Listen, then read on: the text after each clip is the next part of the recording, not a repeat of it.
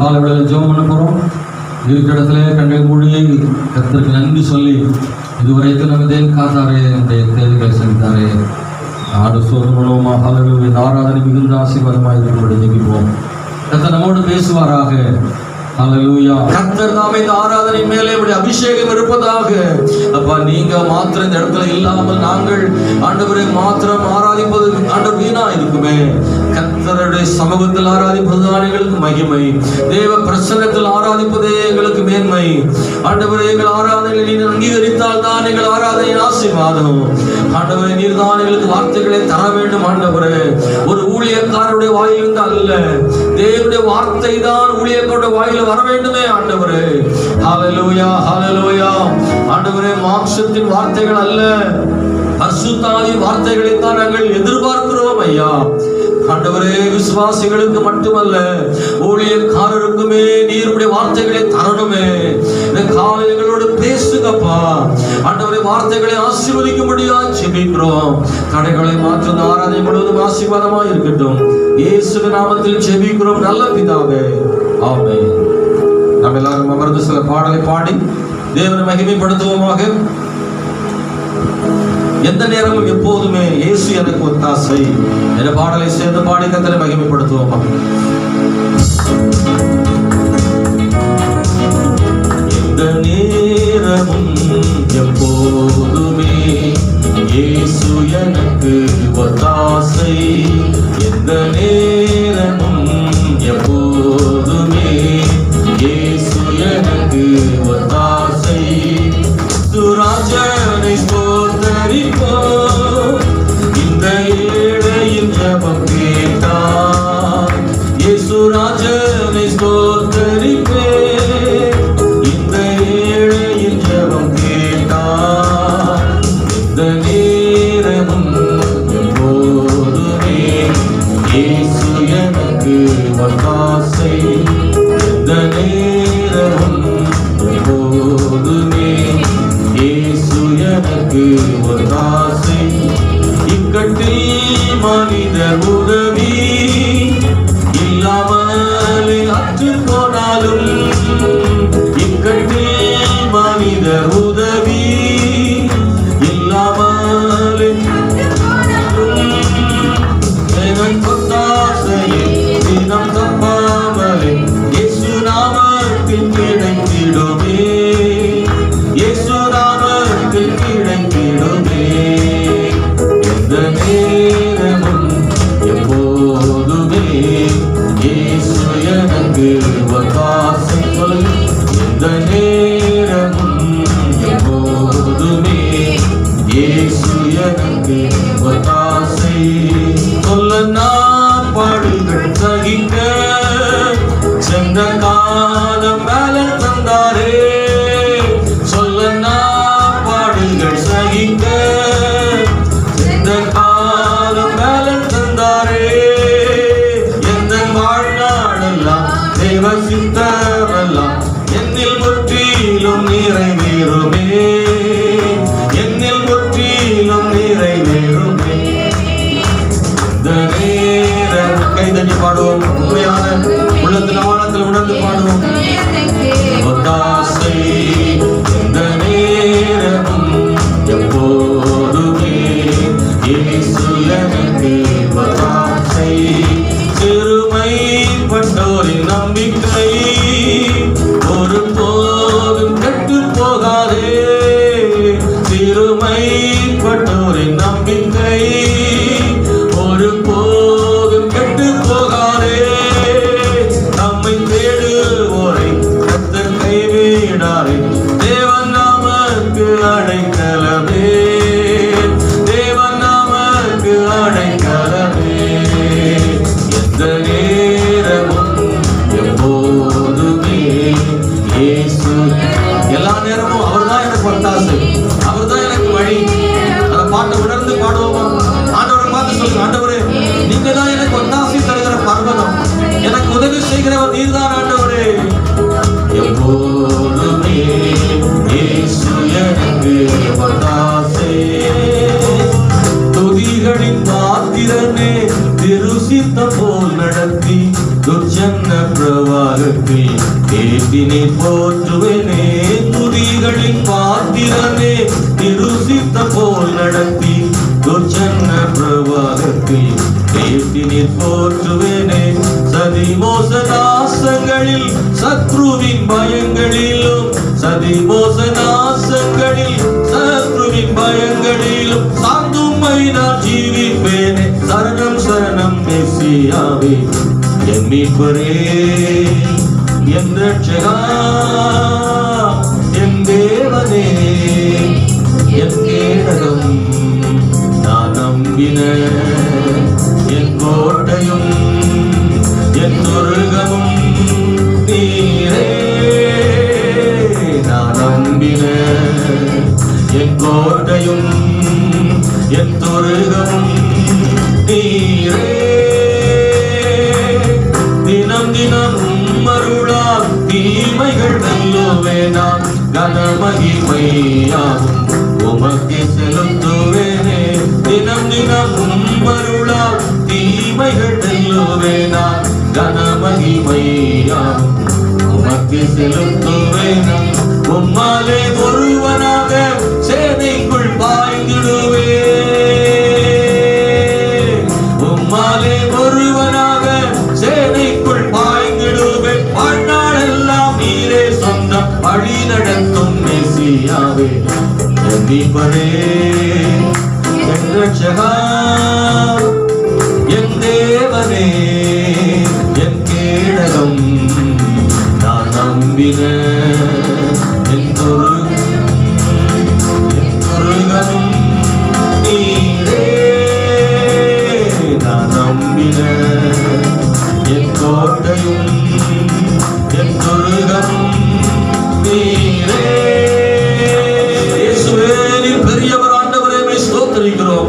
எங்கள் முழு உள்ளத்தோடு முழு பலத்தோடு நாங்கள் மகிமைப்படுத்துகிறோம் ஆண்டவரே. கர்த்தர் எக்காலத்திலும் ஸ்தோத்தரிப்பேன், அவர் துதி எப்பொழுது என் வாயில் இருக்கும் என்று சொல்லப்பட்டிருக்கிறபடி சங்கீதம் கடைசி வசனங்களில் வாசிக்கிறோமே, சுவாசமுள்ள யாவும் கர்த்தரை துதிப்பதாக எழுதப்பட்டிருக்கிறது போல நாங்களுமே துதிக்கிறோம் ஆண்டவரே. ஹல்லேலூயா.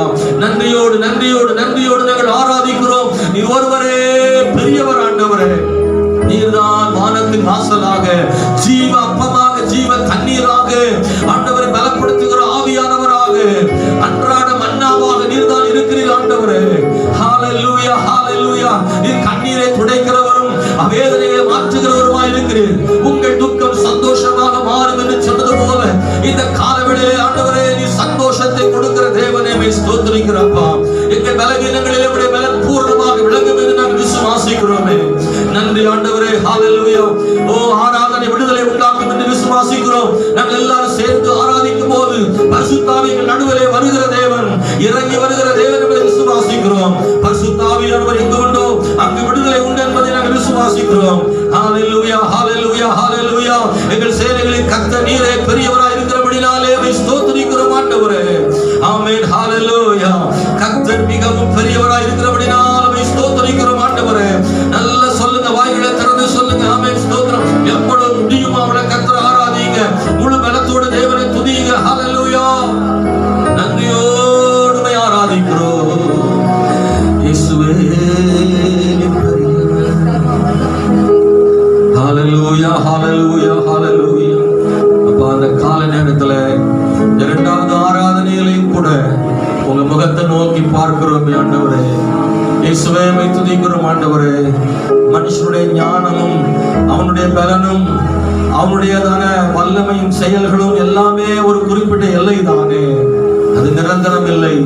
கர்த்தர் ஒருவரே சர்வ வல்லமை உள்ளவரும் நிரந்தரமானவருமாய் இருக்கிற ஆண்டவரே. ஹல்லேலூயா. கடைசி காலங்களில் அன்பு தணிந்து போகும் என்று வேத வசனம் சொல்லுகிறது போல மனுஷனுடைய அன்பு இந்த கடைசி நாட்களில் தணிந்து போகிறது உண்டு. ஆனாலும் உங்க அன்பு மாத்திரம் எங்க மேல இருப்பதற்காக நன்றியோடு நாங்கள் துதிக்கிறோம் ஆண்டவரே. ஹல்லேலூயா. நீர் எங்களை கைவிடுவதில்லையே ஆண்டவர், நீர் எங்களை கைவிடுவதில்லை அப்பா.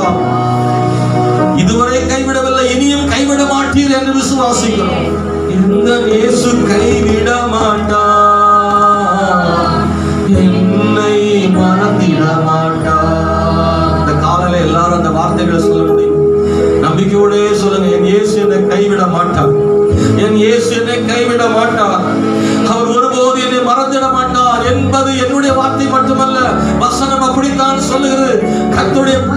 சகோதரா சகோதரி, கால வேளையில உங்க மனசுல ஒரு ஆழமான நம்பிக்கை, இந்த உலகத்துல யார் உங்களை கைவிட்டாலும் உங்களை கைவிடாத ஒருவர் உண்டு, அவர் ஆண்டவர் இயேசு.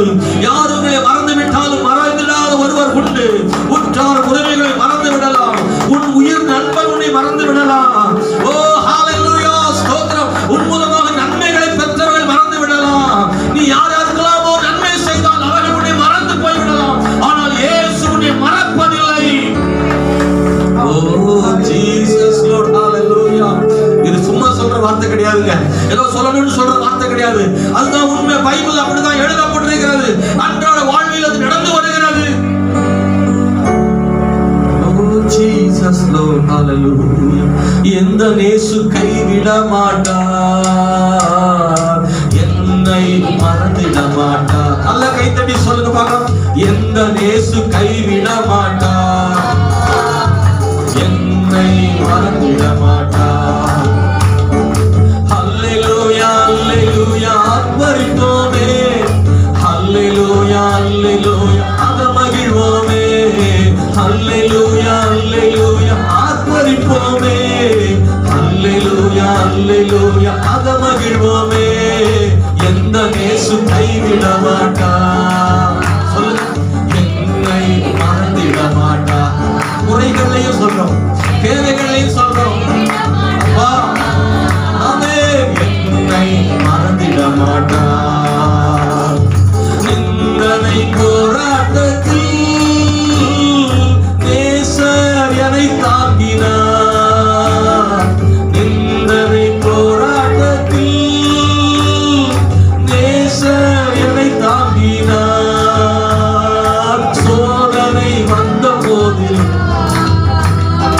சோதனை வந்த போதெல்லாம் தப்பி செல்ல வழிகாட்டினார். இயேசு தப்பி செல்ல வழிகாட்டினார். ஹல்லேலூயா ஹல்லேலூயா, ஆர்ப்பரிப்போமே. ஹல்லேலூயா ஹல்லேலூயா, அக மகிழ்வோமே. ஓ ஹல்லேலூயா ஹல்லேலூயா, ஆர்ப்பரிப்போமே. ஹல்லேலூயா ஹல்லேலூயா, அக மகிழ்வோமே. எந்த நேசு கைவிட மாட்டார், என்னை மறந்திட மாட்டார். ஓ எந்த நேசு கைவிட மாட்டார், என்னை மறந்திட மாட்டார். கடந்ததை மறக்கின்றேன், கண் முன்னால் என் இயேசுதான். கடந்ததை மறக்கின்றேன், கண் முன்னால் என் இயேசுதான். காத்திருந்து பலனடைந்து, காத்திருந்து பலனடைந்து, கழுதை போல் எழும்பிடுவேன். நான் கழுதை போல் எழும்பிடுவேன், நிச்சயமா எழும்புவேன். எந்த நேசு கைவிட மாட்டார், என்னை மறந்திட மாட்டார். எந்த நேசு கைவிட மாட்டார், என்னை மறந்திட மாட்டார். கைகளை தட்டி தோத்திரம் பண்ணுங்க. ஹல்லேலூயா. பிதானா சந்தனா குரவனவா நிதான மரியாதா லலகமோ ஷவலதரவலா அசுதாவியானவரே நிதானமன தூரவலதரவா ஷவலதரவலா. ஆவியில் நிரம்பி கர்த்தரை தோத்திரம் பண்ணுவோம். ஹரலவலதரவோ ஷவலதரவலா. கர்த்தருக்கே மகிமை உண்டாவதாக. ஓ மகிமை மகிமை மகிமை அப்பா. நிதானக்கமோ ஷவலதரவலா. நீரே பெரியவர் ஆண்டவரே. எங்கள் முழு நம்பிக்கையும் கர்த்தர் மேல் இருக்கிறது. எங்கள் முழு நம்பிக்கையும் ஆண்டவர் மேல் இருக்கிறது. தண்ணீர்களை கடக்கும் போது மூழ்காமல் இருக்கும்படி அவர் நம்மோடு கூட இருந்தார் ஐயா. அக்கினியில் நடந்த காலங்கள் உண்டு, ஆனாலும் கர்த்தர் கரையேற பண்ணினார். சூழ்நிலை எதிராக இருந்த போது கர்த்தர் நமக்கு துணையாக இருந்தபடியால் தேவனுக்கு ஸ்தோத்திரம் உண்டாவதாக. ஹல்லேலூயா. நீங்க மாத்திரம் இல்லைன்னா ஆண்டவரே ஸ்தோத்திரம். ஹல்லேலூயா. ஒண்ணுமில்லை அப்பா. ஹல்லேலூயா. இயேசுவின் நாமத்தினாலே துக்கமும் சஞ்சலங்களும் நெருங்கி வந்த போது, இக்கட்டான நேரங்கள், நெருக்கடியான காலங்கள், என்ன செய்வதற்கு திகைத்து போன நேரங்களில் எல்லாம் கர்த்தர் எங்களுக்கு இறங்கி ஆலோசனை தந்து நடத்தினபடியால் ஸ்தோத்திரம்.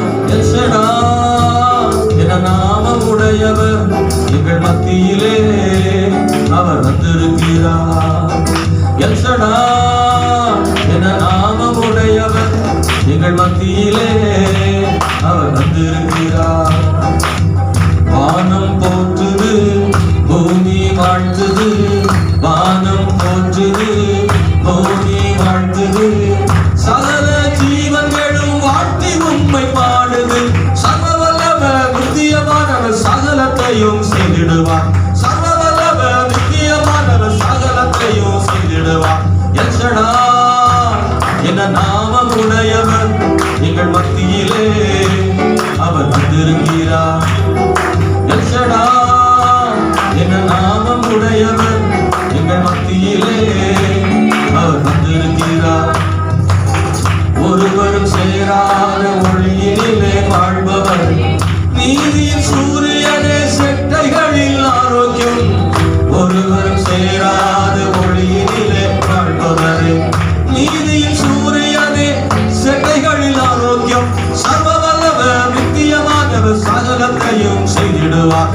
சர்வவல்லவர் நித்தியமானவர் சகலத்தையும் செய்திடுவார். நாமமுடையவர் எங்கள் மத்தியிலே நல்ல கைதடி வந்திருக்கிறார்.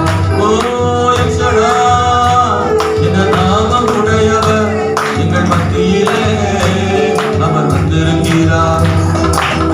வானாதி வானங்கள் போற்றுகின்ற தெய்வம் நீரே, அகில உலகத்தையும் ஆளுகின்ற தெய்வம் நீரே. வானாதி வானங்கள் போற்றுகின்ற தெய்வம் நீரே, அகில உலகத்தையும் ஆளுகின்ற தெய்வம் நீரே. சர்வவல்லவர் நித்தியமானவர் சகலத்தையும் செய்திடுவார். சர்வவல்லவர் நித்தியமானவர் சகலத்தையும் செய்திடுவார். எல்ஷடா என நாமமுடையவர் எங்கள் மத்தியிலே அவர் வந்திருக்கிறார். சொல்லுங்க, எல்ஷடா என நாமமுடையவர் எங்கள் மத்தியிலே அவர் வந்திருக்கிறார். ஓ இந்த உள்ளம் நீர் வந்ததால் என் வாழ்க்கையில் எல்லாம் நிறைந்திருப்பதா.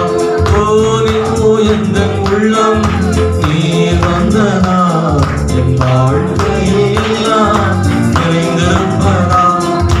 கண்மணி போல காத்து கொள்வதா, உன் கரங்களில் என்னை சுமந்து கொள்வதா. ஆமே, கண்மணி போல காத்து கொள்கிறதுனால, உங்கள் கரங்களில் என்னை சுமந்து செல்கிறதுனால உம்மை துதிப்பேன். உம்மை துதிப்பேன். சொல்லுங்க, உம்மை துதிப்பேன், உம்மை துதிப்பேன், நான் உம்மை துதிப்பேன்.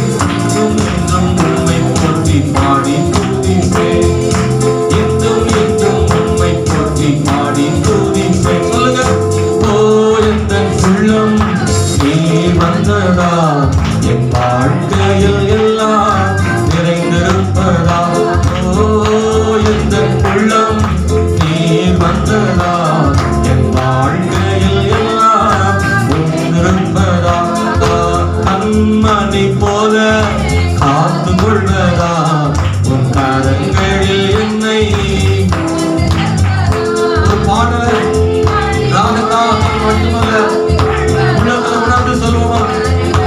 ஆமே, கரைந்து கொள்வதா, உம்மை துதிப்பேன், நான் உம்மை துதிப்பேன், உம்மை துதிப்பேன். கை கட்டி உம்மை துதிப்பேன், இன்னும் என்றும் உம்மை போற்றி பாடி துதிப்பேன், இன்னும் என்றும் உம்மை போற்றி பாடி துதிப்பேன். ஓ இந்த உள்ளம், ஓ வாழ்க்கையில் எல்லாம் நிறைந்திருப்பதா. ஓ இந்த உள்ளம் நீ வந்ததா, என் வாழ்க்கையில் எல்லாம் நிறைந்திருப்பதா. ஓ ஹalleluya. உனக்கு விரோதமாக உருவாக்கப்படுகிற எந்த ஆயுதமும் வாய்க்காதே போகும் என்று கர்த்தர் வாக்கு பண்ணியிருக்கிறாரே. அன்றாட வாழ்விலே கர்த்தருடைய பிள்ளை உனக்கு விரோதமாக பிசாசானவன் எந்தெந்த ஆயுதங்கள் எல்லாம் பயன்படுத்த விரும்பினாலும் அது அணுகாதபடி, அவன் வாய்க்காமல் போகும்படி தேவன் பலத்தை கிரியைகளை செய்கிற தேவனாய் இருக்கிறபடியால் ஸ்தோத்திரம். ஹalleluya. கர்த்தருடைய வல்லமை பெரிது மகளே, கர்த்தருடைய வல்லமை பெரியது. ஹalleluya. தேவன் பெரியவர். ஸ்தோத்திரம். நாம ஒன்றுக்கு உதவாதவர்கள் என்று அறிந்திருந்தாலும் தேவன் தனக்கு வேணும் என்று நம்மை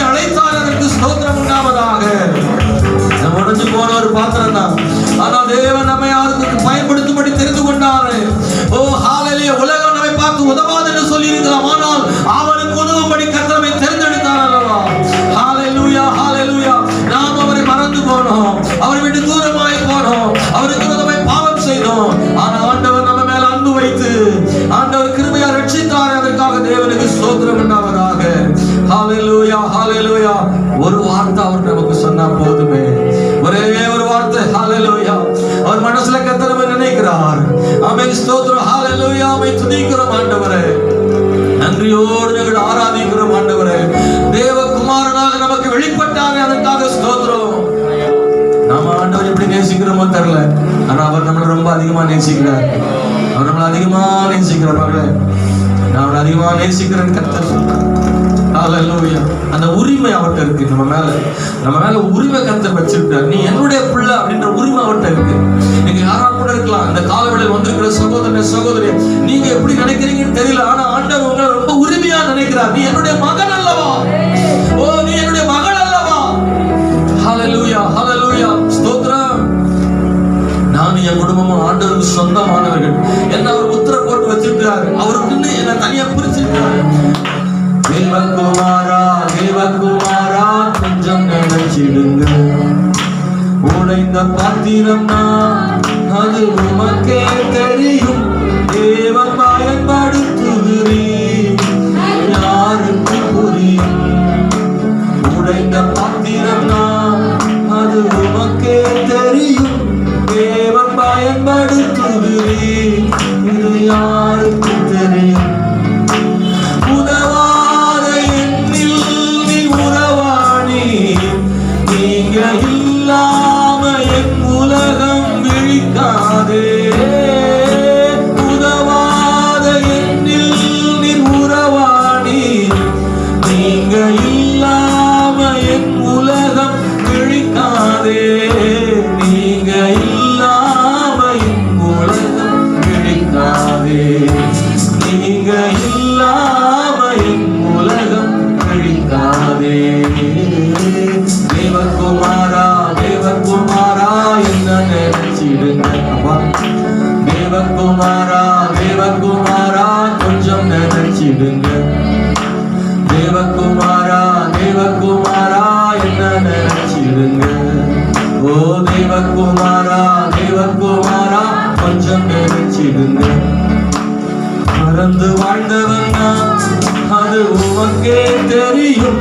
உண்மை மறுதலித்தவனா, உலகே அறியும். மறந்து வாழ்ந்தவனா, அது உமக்கே தெரியும். உண்மை மறுதலித்தவனா, இது உலகே அறியும். உதவாத எண்ணில் நீ உறவாணி, நீங்க இல்லாம என் பொழுது விடியாதே. உதவாத எண்ணில் நீ உறவாணி, நீங்க இல்லாம என் பொழுது விடியாதே. நீங்க இல்லாம என் பொழுது விடியாதே. நீங்க இல்லாம என் பொழுது விடியாதே. தேவகுமாரா, தேவகுமாரா, என்ன நினைச்சிடுங்க. தேவகுமாரா, தேவகுமாரா, கொஞ்சம் நினைச்சிடுங்க. ஓ தேவகுமாரா, தேவகுமாரா, என்ன நினைச்சிடுங்க. ஓ தேவகுமாரா, தேவகுமாரா, கொஞ்சம் நினைச்சிடுங்க. நீங்க நினைச்சா ஆசீர்வாதம் தான், என்ன மறந்தா எங்கே போவேன்னா. நீங்க நினைச்சா ஆசீர்வாதம் தான், என்ன மறந்தா எங்கே போவேன்னா. அப்படியே ஆண்டவரை சொல்லிங்க. நீங்க மட்டும் என்ன மறந்துட்டா நான் எங்கப்பா போவேன். கர்த்தர் எங்களை மறந்துட்டா இன்னொரு வழி எங்களுக்கு வேற என்ன உண்டு ஆண்டவரே. நானும் என் குடும்பம் உங்களை தானே நம்பி இருக்கிறோம் ஆண்டவரே. மனுஷரை அல்ல ஆண்டவரை, உண்மையே நம்பி இருக்கிறோம். கடந்த காலங்களில் எத்தனை புயல் போல சம்பவங்கள் வந்த போதிலும் கூட தேவன் அதற்கு நடுவில் எங்களுக்கு துணையா நின்றீரே ஆண்டவரே. எழுமி நின்று காற்றையும் கடலையும் அதட்டின தேவனே, ஹalleluya. நான் மலைத்து போன நேரங்களில், திகைத்து போன காலங்களில் ஆண்டவரே, தடுமாறின வேலைகளிலே, தளர்ந்து போன கால்களுடைய நேரங்களிலே கர்த்தர் துணை நின்று கர்த்தருடைய வார்த்தைகளுக்கு தந்தபடினாலே சொல்கிறோம். ஆண்டவரே நீ பெரியவர். ஹalleluya. இயேசுவே ரட்சகரே, பெரியவர். ஹalleluya. கர்த்தர் எங்கள் வாழ்க்கையில குறுக்கிடாதிருந்தால், எங்கள் வாழ்வில் நீர் குறுக்கே வந்து எங்களை ரட்சிக்காதிருந்தால், மரணயுடின் பள்ளத்தாக்கில் இருந்த போது எங்களை வந்து கண்டுகொள்ளாமல் இருந்தால் நாங்கள் எங்கே இருப்போம்? ஆண்டவரே, எங்கே இருப்போம்? நீர் எங்களை தொட்டதனால் அல்லவா நாங்கள் இங்கே இருக்கிறோம். இயேசுவின் நாமத்தினால் நாங்கள் அதை மறந்துவிடவில்லை அல்லவா? ஹalleluya, ஹalleluya, ஹalleluya. ஸ்தோத்திரம், ஸ்தோத்திரம் ஆண்டவரே. தண்ணீர்கள் மத்தியில் நடந்த போது நாங்கள் மூழ்கி போகாமல் காத்த தேவன், அக்கினியில் நடந்த போது எங்களை ஆண்டவர் எரிந்து போகாமல் காத்த தேவன். ஆண்டவரே, நிந்தைகளும் அவமானங்களும் சூழ்ந்த போது ஆண்டவரே எங்களை அணைத்துக் கொண்ட தேவன் அல்லவா? எங்களுக்கு விரோதமாய் குழி வெட்டினார்கள், ஆனாலும் அந்த குழியில் அவர்களே விழுங்கும்படியாக ஆண்டவர் எங்களை பிழைக்கும்படி செய்வீர் ஐயா. நீ பிழைத்திரு என்று சொன்னீர் ஐயா.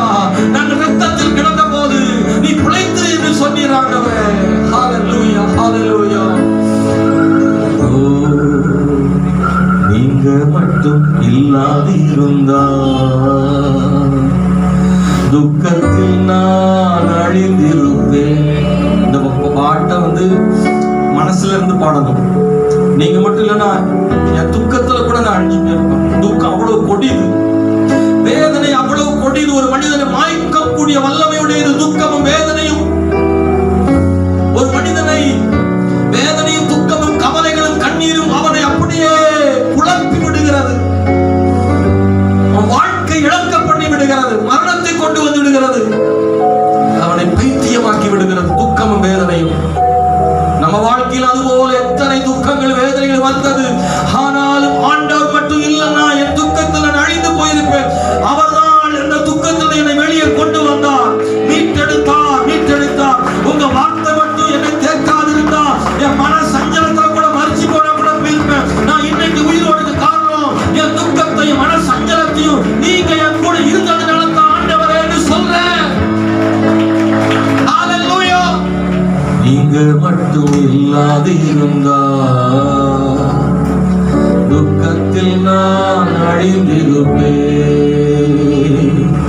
நீங்க மட்டும் இல்லாதிருந்தா என் துக்கத்தில் நான் அழிந்திருப்பேன். உங்க வார்த்தை மட்டும் தேற்றாதிருந்தா மன சஞ்சாரத்தில் மாறி தீருப்பேன். உங்க வார்த்தை மட்டும் தேற்றாதிருந்தால் மன சஞ்சாரத்தில் மாறி தீருப்பேன். ஏசையாவும் அன்பு போதுமே, நேசரேவும் கிருபை போதுமே. ஏசையாவும் அன்பு போதுமே, நேசரேவும் கிருபை போதுமே.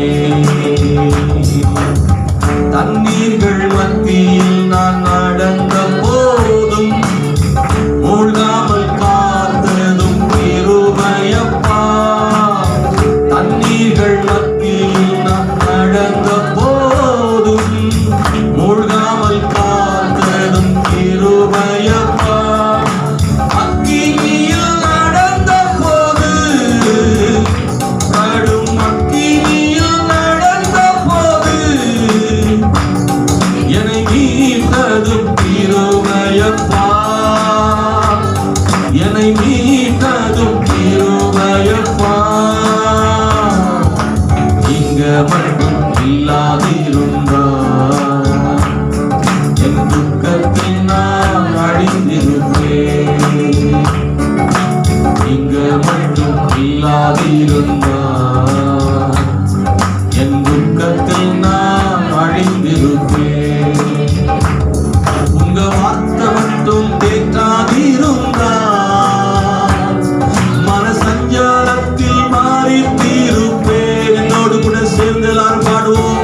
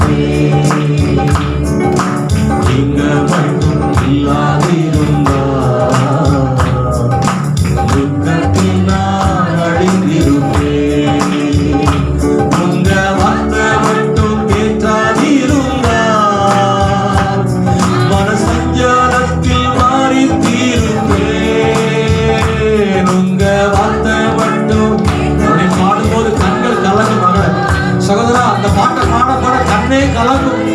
ஏன்னா அப்படியெல்லாம் அவர் ஏற்றினார் அல்லவா.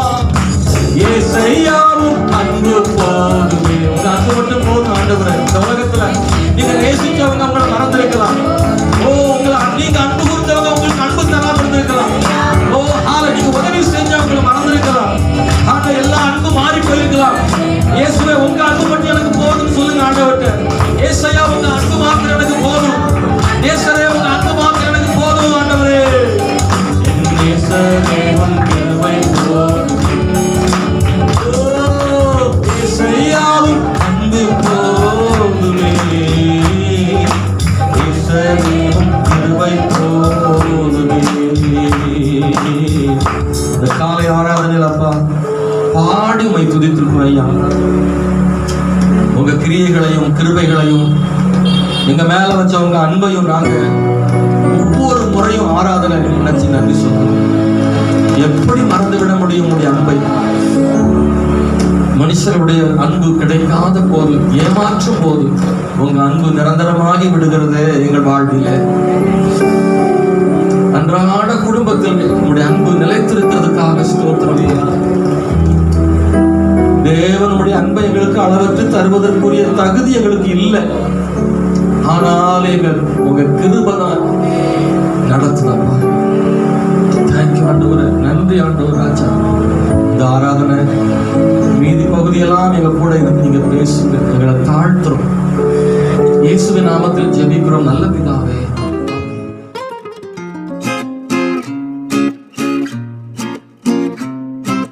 நாம் எடுத்துக்கொள்வோமாக. ஸ்தோத்திரம். தேவன் நம்மை ஆசீர்வதிக்கிற தேவன் என்பதை நாம் மறந்துவிட வேண்டியதில்லை. வேதத்தில் வாசிக்கிற போது இஸ்ரவேல் மக்கள் ஆசீர்வதிக்கப்பட்டவர்களாக நாம் பார்க்கிறோம். ஆதியாகம புஸ்தகம் 12ஆம் அதிகாரத்தில் ஆபிரகாமை அழைத்து அவனுக்கு 7 விதமான ஆசீர்வாதங்களை ஆண்டவர் கொடுத்ததை ஆதியாகமம் 12ஆம் அதிகாரத்தில் நாம் அதை வாசிக்கிறோம்.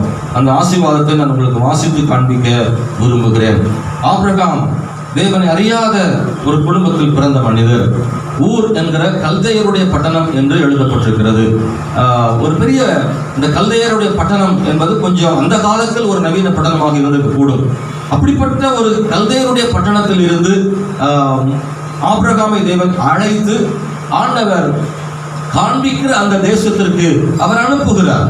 அவர் காண்பிக்கிற தேசம் என்பது ஆங்காங்கே கூடாரமிட்டு தங்க வேண்டிய அந்த தேசத்தை புதிதாக ஆபிரகாம் மூலமாக அந்த தேசத்தை தம் ஜனத்துக்கு கொடுப்பதற்காக ஆண்டவர் திட்டமிட்டிருந்தார். அவனுக்கு கொடுக்கப்பட்ட ஆசீர்வாதங்கள் என்ன? நான் உன்னை பெரிய ஜாதியாக்குவேன், உன்னை ஆசீர்வதித்து உன் பெயரை பெருமைப்படுத்துவேன், நீ ஆசீர்வாதமாய் இருப்பாய், உன்னை ஆசீர்வதிக்கிறவர்களை ஆசீர்வதிப்பேன், உன்னை சபிக்கிறவர்களை சபிப்பேன், பூமியில் உள்ள வம்சங்கள் எல்லாம் உனக்குள் ஆசீர்வதிக்கப்படும் என்றார். ஸ்தோத்திரம். ஆபிரகாமுக்கு இவைகள் எல்லாம் சொல்லி நான் காண்பிக்கும் தேசத்திற்கு புறப்பட்டு போ, நான் உனக்கும் ஆபிரகாமை சொல்லும் போது நீ உன் தேசத்தையும் உன் இனத்தையும் உன் தகப்பன் வீட்டையும் விட்டு புறப்பட்டு நான் உனக்கு காண்பிக்கும் தேசத்திற்கு போ என்று ஆபிரகாமுக்கு தேவன் சொன்ன போது அவன் புறப்பட்டு போனான். கர்த்தர் ஆபிரகாமை ஆசீர்வதித்தார் என்பதை வேதத்தில் காண முடிகிறது. இந்த காலவெளி தேவனுடைய பிள்ளைகளை முதலாவது ஆசீர்வாதம்னா என்னவென்பதை கர்த்தருடைய பிள்ளைகள் தெளிவாக அறிந்து கொள்ள வேண்டும். ஆசீர்வாதம் என்று சொன்னவுடனே நம்முடைய மனதில் வருவது என்னவென்றால் பணமும் பொருளும் செழிப்பும் வீடும் வாசலும், அதே போல பேங்க் டெபாசிட் பண்ணிருக்கிறதும், இந்த மாதிரி ஏதாவது நகைகள், இதெல்லாம் செழிப்பா இருந்தால் அவர்கள் ஆசீர்வதிக்கப்பட்டவர்கள் என்று நாம் நினைக்கிறோம். அப்படிதான் மக்கள் மனதிலே உடனடியாக தோன்றுவதெல்லாம் ஒருத்தர் ஆசீர்வாதமா இருக்கிறாருன்னா அவங்க நல்லா இருக்கிறாங்க, நல்ல உடை உடுத்துறாங்க, நல்ல நகை நிறைய போட்டிருக்கிறாங்க, பெரிய வீடு வச்சிருக்கிறாங்க, அல்லது கார் வச்சிருக்கிறாங்க, வயல் நிலங்கள்லாம் இருக்கு. இந்த மாதிரியான கண்ணுக்கு தோன்றுகிற கண்களின் வெளிப்படையாக தெரிகிற சில பொருட்களின் அடிப்படையில் அவர்கள் ஆசீர்வதிக்கப்பட்டவர்கள் என்று நான் நினைக்கிறோம். ஆனால் தேவன் அப்படிப்பட்டவர்களை ஆசீர்வதிக்கப்பட்டவர்கள் என்று வேதம் சொல்லவில்லை. மத்தேயு புத்தகத்தில் வாசிக்கிற போது 5ஆம் அதிகாரத்தில் பாக்கியவான்கள் என்ற வார்த்தைக்கு நல்ல அர்த்தம் ஆசீர்வதிக்கப்பட்டவர்கள் என்ற அர்த்தம். ஸ்தோத்திரம். அந்த வசனத்தை உங்களுக்கு நான் காண்பிக்க விரும்புகிறேன். மத்தேயு சுவிசேஷத்தில் வேதத்தை வைத்திருப்பவர்கள் நீங்கள் எடுத்து வாசிக்க முடிக்கிற மத்தேயு சுவிசேஷம் 5ஆம் அதிகாரத்தில் ஆசீர்வதிக்கப்பட்டவர்கள் யார் என்பதை நாம் அங்கே வாசிக்க முடிகிறது. அங்கே பார்க்கிறோம், ஆவியில் எளிமை உள்ளவர்கள் பாக்கியவான்கள். அந்த பாக்கியவான்கள் இந்த இடத்தில் ஆசீர்வதிக்கப்பட்டவர்கள் என்று நீங்கள் வாசிக்கணும். அப்படிதானா? ஸ்தோத்திரம். அதற்கு ஆமென், அதான் அர்த்தம், சரியான அர்த்தம். ஆசீர்வதிக்கப்பட்டவர்கள் என்பதுதான் பாக்கியவானுக்கான சரியான அர்த்தம். அதை நீ படிக்கும் போது ஆமென், துயரப்படுகள் ஆசீர்வதிக்கப்பட்டவர்கள், அவைகள் ஆறுதல் அடைவார்கள். சாந்த குணமுள்ளவர்கள் ஆசீர்வதிக்கப்பட்டவர்கள், அவைகள் பூமியை சுதந்தரித்துக் கொள்வார்கள். நீதியின் மேல் பசிதாகம் உள்ளவர்கள் ஆசீர்வதிக்கப்பட்டவர்கள், அவர்கள் திருப்தி அடைவார்கள். இரக்கம் உள்ளவர்கள் ஆசீர்வதிக்கப்பட்டவர்கள், அவர்கள் இரக்கம் பெறுவார்கள். இருதயத்தில் சுத்தம் உள்ளவர்கள் ஆசீர்வதிக்கப்பட்டவர்கள், அவர்கள் தேவனை தரிசிப்பார்கள். சமாதான பண்ணுகிறவர்கள் ஆசீர்வதிக்கப்பட்டவர்கள், அவர்கள் தேவனுடைய புத்திரர் எண்ணப்படுவார்கள். அல்லேலூயா. நீதி நிமித்தம் துன்பப்படுகிறவர்கள் ஆசீர்வதிக்கப்பட்டவர்கள், பரலோக ராஜ்யம் அவருடையது. கையை உயர்த்தி கர்த்தரை மகிமைப்படுத்துவோமா? தேங்க்யூ, ஹல்லேலூயா. கர்த்தர் மகிமைப்படுவாராக. ஆசீர்வாதம் என்னன்னா பாருங்க, சரியாக ஆசீர்வாதம் என்னவென்பதை ஒரு விசுவாசி தெரிந்து கொண்டால் அவருடைய வாழ்க்கையில் வருகிற போராட்டங்களில் சோதனைகளிலேயும் அவர்கள் சோர்ந்து போக மாட்டார்கள். ஏனென்றால் ஸ்தோத்திரம், கண்ணுக்கு தெரிகிற பொருட்கள் சில நேரங்களிலே அவை ஸ்தோத்திரம் நமக்கு இல்லாமல் போனாலும் அவைகளில் சோர்ந்து போகிறதில்லை.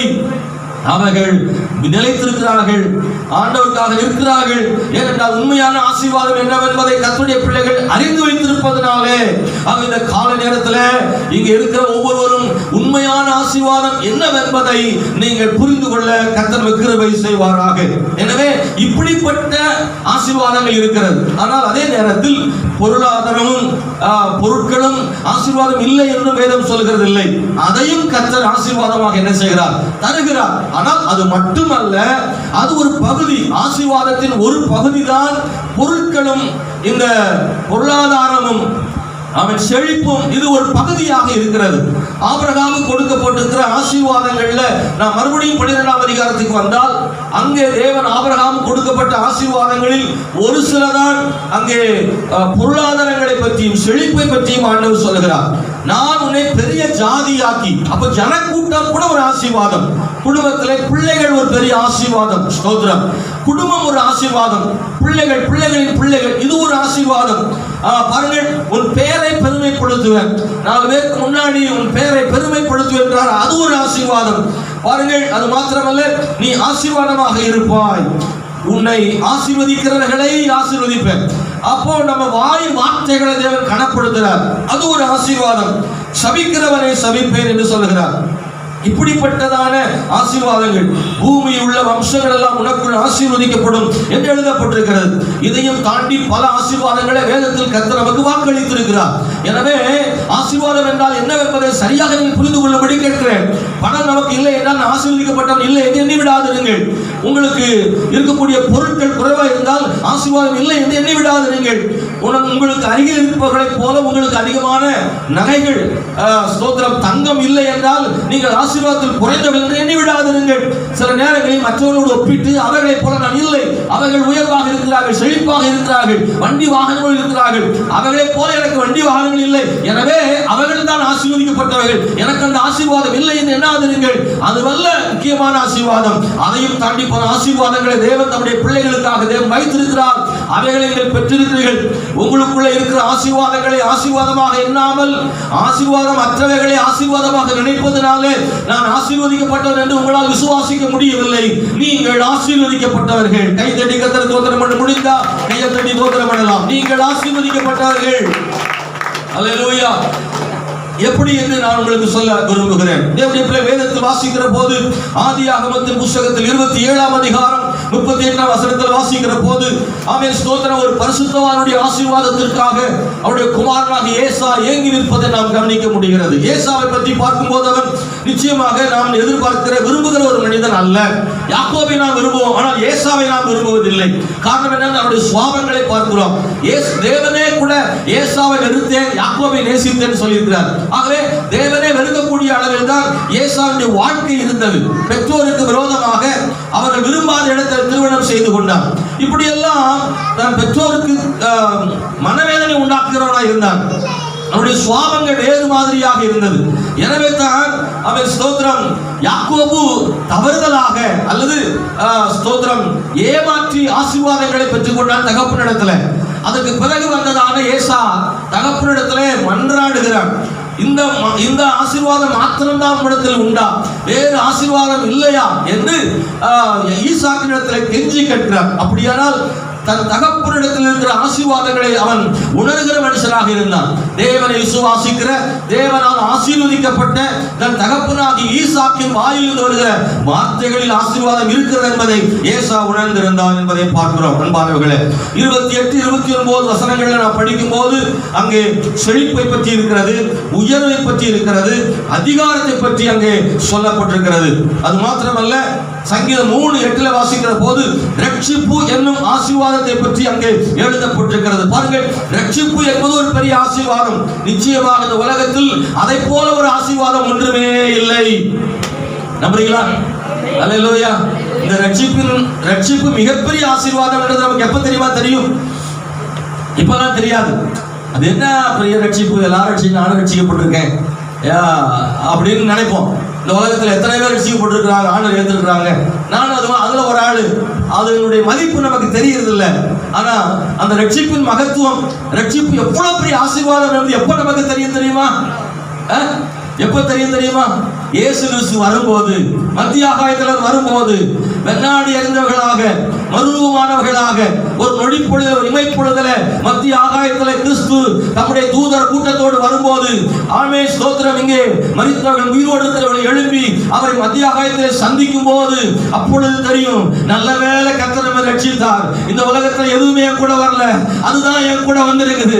ரட்சிப்பு நம்மோடு கூட வருகிறதாக இருக்கிறது. இந்த உலகத்தில் எல்லாம் நம்மை விட்டு போய்விடும். ஆனால் கர்த்தர் கொடுத்த பாவ மன்னிப்பும் ரட்சிப்பும் நம்மோடு கூட பரலோகத்திற்கும் நமது வரும்.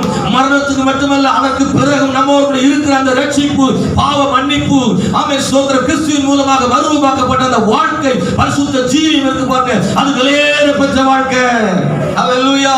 நான் நிச்சயம் மறுபடியும் சொல்லுகிறேன், இப்படிப்பட்டதான இந்த ரட்சிப்பின் மகத்துவத்தை இந்த உலகத்தில் வாழ்கிற காலங்களில் நாம் பெரிதாக நாம் எண்ணுகிறதில்லை, அல்லது அனைவருக்கு அது தெரிவதில்லை. நீங்கள் மறந்து விடாதீர்கள், நான் ஆசீர்வதிக்கப்படவில்லை என்று சொல்லுகிற கர்த்தருடைய பிள்ளையே, நீங்கள் ஆசீர்வதிக்கப்பட்டவர்கள். ஏனென்றால் நீங்கள் ரட்சிக்கப்பட்டவர்கள் என்பதனால. அதை விட மேலான ஒரு ஆசீர்வாதம் இல்லை. ஆசீர்வாதங்களை வரிசைப்படுத்தி பார்த்தால் முதலில் வைக்க வேண்டிய ஆசீர்வாதம் ரட்சிப்பு என்கிற ஆசீர்வாதம். Praise the Lord. Hallelujah. நீங்கள் சங்கீதம் 3:8 படித்து பார்த்தால் உங்களுக்கு அது தெரியும். ரட்சிப்பு கர்த்தருடையது, தேவனுடைய ஆசீர்வாதம் உம்முடைய ஜனத்தின் மேல் இருப்பதாக. ஹல்லேலூயா. ரட்சிப்பு கர்த்தருடையது, தேவனுடைய ஆசீர்வாதம் ஜனத்தின் மேல் இருப்பதாக. உத்தம ஆசீர்வாதம். நீதிமொழிகள் புத்தகம் 24:25 வாசிக்கிற போது அங்கே உத்தமம் என்கிற ஒரு ஆசீர்வாதத்தை பற்றி சொல்லியிருக்கு. ஸ்தோத்திரம். அதெல்லாம் இன்னைக்கெல்லாம் யாருக்கு தெரியும்? உத்தமமாகிய ஆசீர்வாதம், உத்தமத்தை ஆசீர்வாதமாக பார்க்கிறவர் யார் உண்டு? அல்லேலூயா. இன்னைக்கு நேர்மையாய் வாழ்கிறவர்களை, உத்தமமாய் வாழ்கிறவர்களை பாராட்டுகிறவர்கள் கொஞ்சம் பேர் தான். ஆனால் அதிகமாக சொல்லக்கூடியது என்னவென்றால், உத்தமமாய் வாழ்கிறவர்களை பார்த்து என்ன சொல்றது தெரியுமா?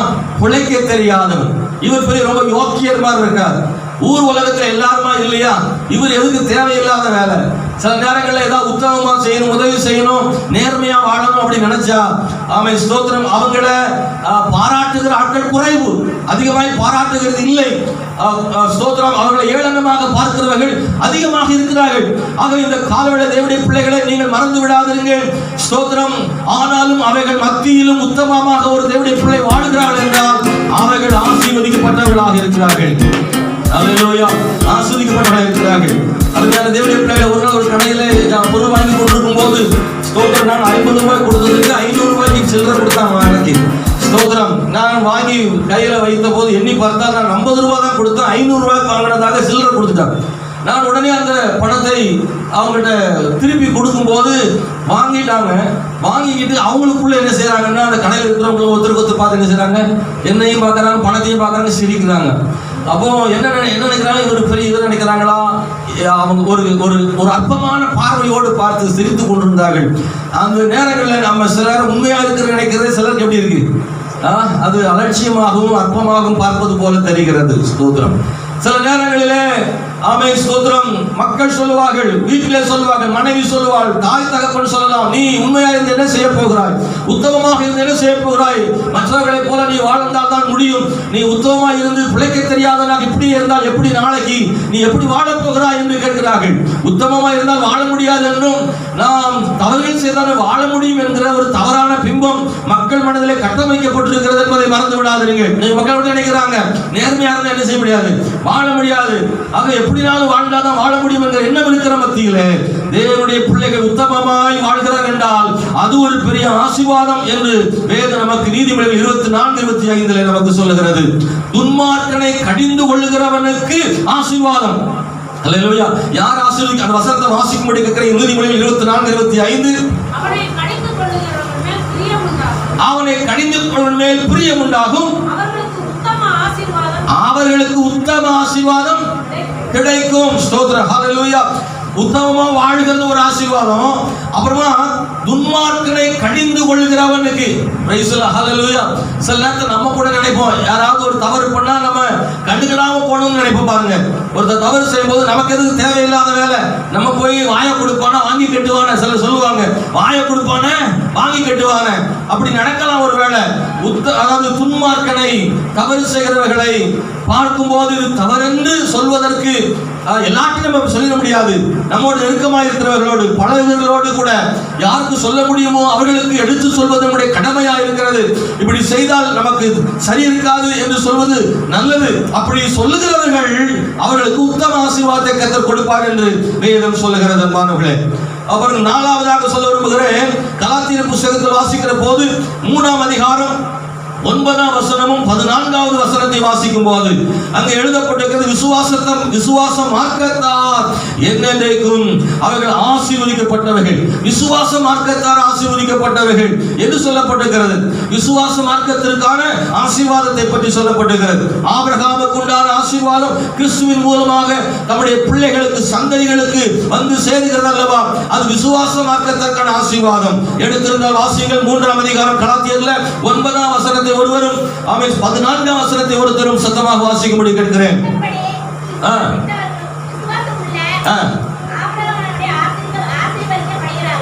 ஆபிரகாமுடனே ஆசீர்வதிக்கப்படுகிறார்கள். விசுவாச மார்க்கத்தார் ஆபிரகாமுடனே ஆசீர்வதிக்கப்படுகிறார்கள்.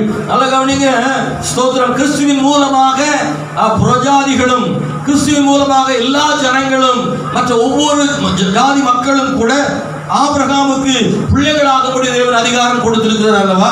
ஆகவே உன் மூலமாக பூமி அனைத்தும் ஆசீர்வதிக்கப்படும் கர்த்தர் சொன்ன வாக்குத்தத்தத்தை கிறிஸ்துவின் மூலமாக அதை தேவன் நிறைவேற்றுகிறார். எனவே ஆகவே விசுவாச மார்க்கத்தார் ஆசீர்வதிக்கப்படுவார். 14ஆம் வசனம் வாசிக்கிறீங்களா?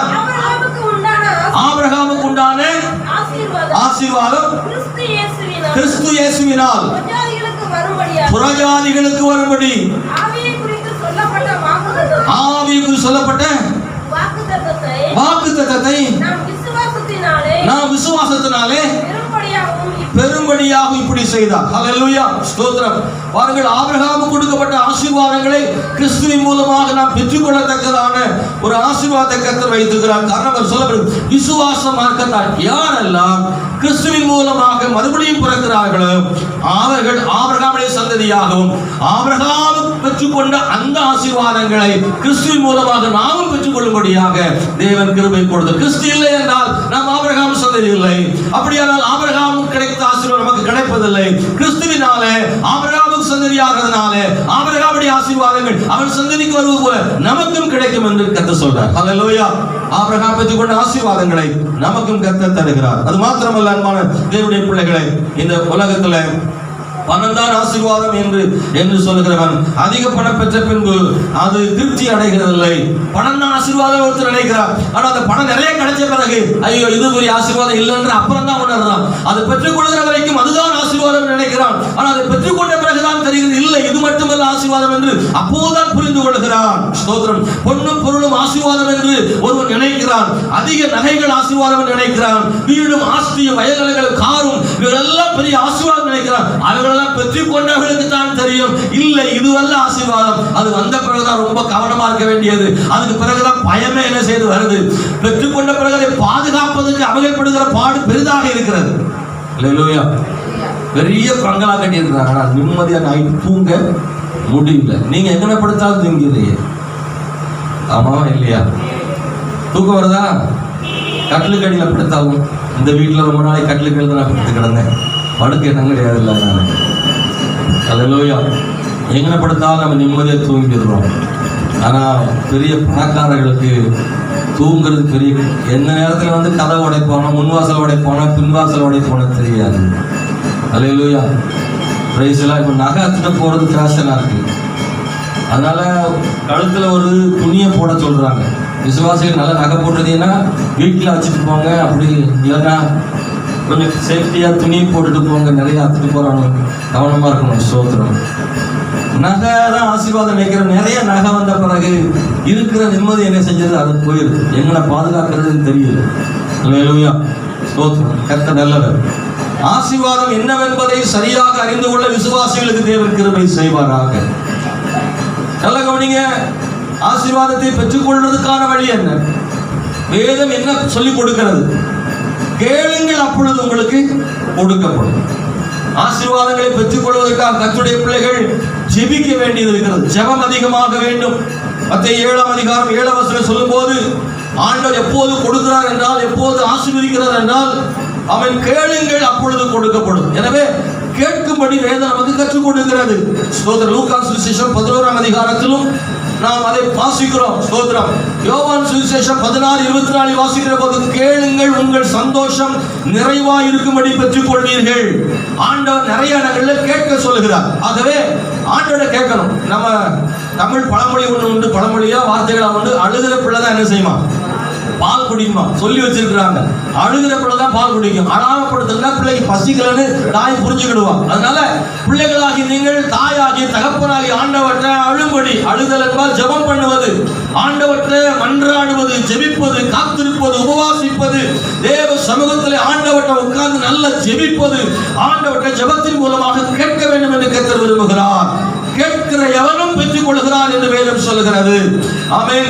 மார்க்கு 4:24 வாசிக்கிற போது, கேட்கிற உங்களுக்கு அதிகம் கொடுக்கப்படும் என்று இயேசு கிறிஸ்து ஜனங்களிடத்தில் பேசுகிறார். யாக்கோபு 1:5 உங்களில் ஒருவன் ஞானத்திலே குறைவுள்ளவனாக இருந்தால் யாவருக்கும் சம்பூர்ணமாக கொடுக்கிறவரும் ஒருவனையும் கடிந்து கொள்ளாதவருமாகிய தேவனிடத்திலே கேட்க கடவன், அப்பொழுது அவனுக்கு கொடுக்கப்படும். அல்லேலூயா. கேட்க கடவன், கேளுங்கள், கேட்கிறவனுக்கு கொடுக்கப்படும். அப்போ ஆண்டவர் கேட்கும்படி சொல்லுகிறார். நிறைய பேர் ஜெபிக்கிறதில்ல, ஆனா கர்த்தரை ஆசீர்வதிக்கிறதில்லன்னு புலம்புகிற மக்கள் ஏராளம் உண்டு. அவங்க ஜெபம் பண்ணவே மாட்டாங்க, ஆனா கர்த்தர் மாத்திரம் கொடுக்கும்னு நினைக்கிறாங்க. தயவு செய்து சொல்றேன், அதிகமாக ஜெபியுங்கள். உங்கள் ஜெபம் இந்த நாட்கள் அதிகமாகட்டும்.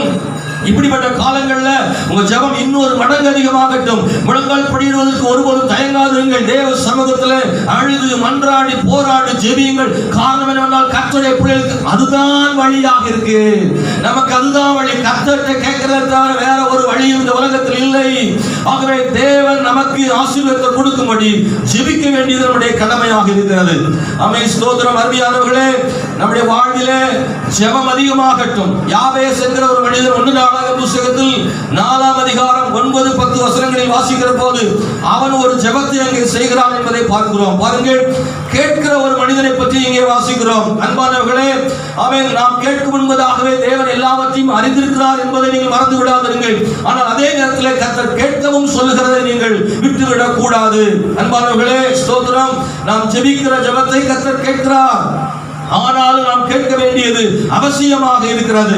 யாபேசை பற்றி சொல்லும் முன்பதாக நான் சில வார்த்தைகளை சொல்ல விரும்புகிறேன். மத்தேயு சுவிசேஷத்தில் 6 ஜெபிக்க வேண்டிய முறைகளை தேவன் சொல்லிக் கொடுக்கிறார். பாருங்க, 5 சொல்றாரு எப்படி ஜெபிக்கணும்னு சொல்றாருன்னா, எல்லாரும் தான் ஜெபம் பண்றோம், ஆனா ஜெபம் பண்ண வேண்டிய முறையில் ஜெபிக்க கர்த்தர் கிருபை செய்வாராக. எல்லாத்தையும் எப்படியும் செய்யலாம்னு எடுத்துக்கொள்ள கூடாது. எதை செய்தாலும் செய்ய வேண்டிய முறைப்படி செய்ய வேண்டும். இல்ல செய்ய வேண்டியதை நாம் செய்ய வேண்டிய பிரகாரம் செய்யவில்லை என்றால் ஏற்ற பலன் கிடைப்பதில்லை. எதை செய்தாலும் அதை எப்படி செய்ய வேண்டுமோ அப்படி செய்யத்தான் கர்த்தர் எதிர்பார்க்கிறார். ஜெபத்தையும் கூட மத்தேயு சுவிசேஷத்தில் வாசிக்கிற போது எப்படி ஜெபிக்க கூடாது என்று தேவன் சொல்லிக் கொடுக்கிறார். எப்படி ஜெபிக்க கூடாது? ஒன்று, மாயக்காரரை போல மனுஷர் காணும்படி ஜெபிக்க வேண்டாம். அல்லேலூயா. மாயக்காரரை போல மனுஷர் காணும்படியாக ஜெபிக்க வேண்டாம். அப்படியானால் அன்றைக்கு பரிசேயரும் சதுசேயரும் மாயக்காரரை போல, அல்லது மாயக்காரர் அப்படின்னா மாய்மாலம் பண்ணுகிறதல், ஏமாற்றுதல், ஜெபிப்பது போல ஜெபிப்பது, ஆனா உண்மையாக ஜெபிப்பது அல்ல. ஜெபிக்க வேண்டும் என்று ஜெபிப்பதில்லை, மற்றவர்கள் பார்க்க வேண்டும் என்று ஜெபித்தல், ஜெபிப்பதை காட்டும்படியாக ஜெபித்தல். ஒருபோதும் அப்படி செய்ய வேண்டியதில்லை. முழங்கால் படியிடுவதும் ஜெபிப்பதும், அவன் சும்மா இருப்பதும், யாராவது வரும்போது ஜெபம் பண்ணுவதும், தான் ஜெபிக்கிறவனை போல மற்றவர்கள் பார்க்க வேண்டும் என்பதற்காக ஜெபிப்பதும் அது தேவன் விரும்புவது அல்ல என்பதை சொல்கிறார். மாயக்காரரை போல மனுஷன் காணும்படியாக ஜெபிக்க வேண்டாம். 7ஆம் வசனத்தில் சொல்றாரு, அஞ்ஞானிகளை போல வீண் வார்த்தைகளை அளப்பாதிருங்கள். நம்முடைய வார்த்தைகள் அல்ல பதிலை கொண்டு வருவது, நம்முடைய உணர்வுகளும் விசுவாசமும் வாஞ்சைகளும் இவைகள் தான் பதிலை கொண்டு வருகிறது. எனவே அழகிய வார்த்தைகளை பயன்படுத்துவதனால் ஆசீர்வாதம் வந்து விடுவதில்லை, ஜெபத்தை கர்த்தர் கேட்பதில்லை. ஆக ஜெபத்தில் வீண் வார்த்தைகளை நாம் அளப்ப வேண்டியதில்லை என்று வேதம் சொல்கிறது. ஆயக்காரனுடைய ஜெபம் அடுக்கு நடையில் உள்ள வார்த்தைகள் அவன்கிட்ட வரல. அவன் சாதாரணமாக ஜெபம் பண்ணினான். ஆண்டவரே, பாவியாக என் மேலே கிருபையா இருக்கணும் என்று எளிதாக ஜெபம் பண்ணினான். ஆகவே எலியா அவன் கருத்தோடு ஜெபம் பண்ணினான் என்று சொல்லப்பட்டிருக்கிறது. நம்மை போல பாடுள்ள மனுஷனாக இருந்தாலும் கருத்தோடு ஜெபம் பண்ணினான். அவனுடைய ஜெபம் கருத்துள்ளதாக இருந்தது. எனவே ஜெபம் என்பது ஸ்தோத்திரம் தேவையற்ற வார்த்தைகளை சொல்லுவது அல்ல. அல்லேலூயா, ஸ்தோத்திரம். சில நேரங்களில் ஜெபத்திலே சாடையில பேசலாம் என்ன செய்திருக்கு செய்தி. ஜெபத்துல நாம விண்ணப்பத்தை ஆண்டவர்கிட்ட வைக்கணும். ஆனா விண்ணப்பம் மேல போறதுக்கு எங்க போயிருது? சைடுல போயிருது. பக்கத்துல உள்ள சகோதரிக்கு, மாமியாருக்கு, மருமகளுக்கு, குடும்ப ஜெபத்துல மருமகளுக்கு, மாமியாருக்கு, அத்தைக்கு, பாட்டிக்கு, இப்படி யாருக்காவது சைடுல ஜெபம் பண்ணிடக்கூடாது. சபையில உபவாச ஜெபங்களை ஜெபம் பண்ணும் போது பக்கத்துல உள்ள சகோதரிக்கு ஒரு செய்தியை ஜெபத்துல சொல்ற ஆட்கள்லாம் இருக்காங்க. இப்படிப்பட்ட அலப்புகிற வார்த்தைகளினாலே ஜெபம் கேட்கப்படாது. மனம் விட்டு அண்ணாளை போல இருதயத்தை ஊற்றுகிற ஒரு ஜெபம் இருக்குல்ல, அந்த ஜெபம் தான் வலிமையான ஜெபமா இருக்கு. அல்லேலூயா. அஞ்ஞானிகளை போல வீண் வார்த்தைகளை ஜெபத்தில் அளப்பாதிருங்கள். ஜெபத்தின் வார்த்தைகளை நம்பாமல் ஜெபம், அவன் ஜெபத்தை கேட்கிறவரை நம்புகிற நம்பிக்கை. 7ஆம் வசனத்தில் அதை பார்க்கிறோம். அவன் சோதரம் நம்முடைய ஜெபத்தின் வார்த்தைகளை எல்லாம் நம்பல, ஜெபத்தை கேட்பவரை நம்புகிறோம். 8ஆம் வசனம் சொல்லிருக்கு, இன்னது தேவை என்று அறிந்திருக்கிறார் கர்த்தர், ஆனாலும் ஜெபிக்க வேண்டும். அவருக்கு தான் தெரியுமே, அவர் தான் கொடுப்பாரு. அப்படி இல்லை, அவர் தான் சொல்றாரு, உனக்கு என்ன தேவைன்னு எனக்கு தெரியும், கவலைப்படாத, ஆனா என்ன செய்ய, ஜெபம் பண்ணு. அவர் சொல்லி கொடுக்குறாரு, உனக்கு என்ன வேணும் எனக்கு தெரியும், நீ சிந்திக்கிறதுக்கு முன்னாடி எனக்கு தெரியும், ஆனாலும் நீ ஜெபிக்க வேண்டும் என்று கர்த்தர் சொல்லி கொடுக்கிறார். ஸ்தோத்திரம். அது மாத்திரம் 1 யோவான் புத்தகம் 5:14 அவருடைய சித்தத்தின்படி ஜெபியுங்கன்னு சொல்றார். ஜெபம் பண்ணணும், வீண் வார்த்தை அளக்க வேண்டியது இல்லை, மாயக்காரர் ஜெபம் பண்ண வேண்டாம். அதே நேரத்தில் அவருடைய சித்தத்தின்படி ஆண்டோட கேட்கிறோம், தேவைகளை சொல்றோம், ஆனாலும் ஆண்டவருடைய சித்தம் எதுவோ அதை எனக்கு செய்யும் என்றும் ஜெபிக்க வேண்டியது அவசியமாக இருக்கிறது. நாம் கேட்பதை கர்த்தர் தராவிட்டால் சோர்ந்து போக வேண்டியதில்லை. நாம் கேட்பதை கொடுத்தாலும் கொடுக்காவிட்டாலும் தேவ சித்தத்துக்கு ஒப்பு கொடுக்கும் போது அவர் கொடுப்பதை ஏற்றுக்கொள்ளக்கூடிய மனப்பக்குவத்தோடும் நாம் ஜெபிக்க கர்த்தர் கிருபை செய்வாராக. 1 ராஜாக்கள் 3:10 வாசிக்கிற போது சாலமோன் செய்த ஜெபம் உகந்த விண்ணப்பமாக இருந்தது என்று வேதம் சொல்கிறது. நம்முடைய ஜெபம் ஆண்டவருக்கு உகந்ததாக, பொருத்தமானதாக, சரியான ஜெபமாக, அவர் விரும்புகிற ஜெபமாக நம்முடைய ஜெபம் இருக்க வேண்டும். ஆமென், ஹல்லேலூயா. ஆக ஜெபம் மிக முக்கியமானது. அதை சரியாக செய்ய ஆண்டவர் நமக்கு கிருபை செய்வாராக. அல்லேலூயா. நீங்க எல்லாம் ஜெபிக்கிறவங்க ஒருவர் கூட நாம எப்படி ஜெபம் பண்றோம்ன்றதை நீங்களே ஆராய்ந்து பாருங்க. நாம் நன்றாக ஜெபிக்கிறோம் என்று யாராவது சொல்ல வேண்டும் என்பதற்காக அல்ல, நம்முடைய ஜெபத்தை ஆண்டவர் அங்கீகரிக்க வேண்டும் என்பதற்காக ஜெபிக்க கர்த்தர் கிருபை செய்வாராக. இரண்டாவதாக நாம் நேரம் நமக்கு முடிஞ்சிருச்சது. ஆமென், ஸ்தோத்திரம். கீழ்ப்படிகிறவனுக்கு ஆசீர்வாதம். அல்லேலூயா. கீழ்ப்படிகிறவனுக்கு ஆசீர்வாதம். நான் சில நிமிடங்களில் நான் முடிக்க விரும்புகிறேன். கீழ்ப்படிகிறவனுக்கு ஆசீர்வாதம். நீங்க பாத்தீங்கன்னா ஆபிரகாம் கீழ்ப்படிந்ததுனாலே புறப்பட்டு போனான். முதலில் சொன்னது போல புறப்பட்டு போ என்று சொன்ன போது அவன் புறப்பட்டு போனானே, அப்பொழுது அவன் ஆசீர்வதிக்கப்பட்டான் என்பதை பார்க்கிறோம். கீழ்ப்படிதல்ல ஆபிரகாம் மிக முக்கியமான. எபிரேயர் புத்தகம் 11ஆம் அதிகாரத்தில் 8 முதல் 10 வசனங்களை வாசித்து பார்த்தோம். ஆபிரகாம் ஆண்டவர் கீழ்ப்படிந்து அவன் ஆண்டவர் காண்பிக்கிற தேசத்துக்கு புறப்பட்டு போனபடியினாலே ஆண்டவர் அவனை ஆசீர்வதித்ததை வேதத்தில் காண முடிகிறது. ஆண்டவருடைய வசனத்தின்படி நான் உன்னை இப்பொழுது அறிந்திருக்கிறேன், அவன் நீ கர்த்தருக்கு கீழ்ப்படுகிறேன் இப்பொழுது அறிந்திருக்கிறேன் என்று ஆதியாகமத்தில் வாசிக்கிறோம். அப்ப கீழ்ப்படுதலை கர்த்தர் கவனிக்கிற போது நம்முடைய பிள்ளைகளை ஆண்டவர் ஆசீர்வதிக்கிற தேவனாக இருக்கிறார். கீழ்ப்படுதலை பல விதங்கள்ல நம்ம பார்க்க முடியும். ஒண்ணு, உடனடியான கீழ்ப்படிதல்னு ஒண்ணு இருக்கு பாருங்க. கீழ்ப்படுகிறோம் என்றாலும் கூட உடனடியான ஒரு கீழ்ப்படிதல்னு ரொம்ப முக்கியமானது. சிலர் உடனே கீழ்ப்படிவது உண்டு, சிலர் தாமதமாக கீழ்ப்படிவது உண்டு. இந்த ஆபிரகாமுடைய வாழ்க்கையில அவன் உடனே கீழ்ப்படிந்ததை நாம் வாசிக்க முடிகிறது.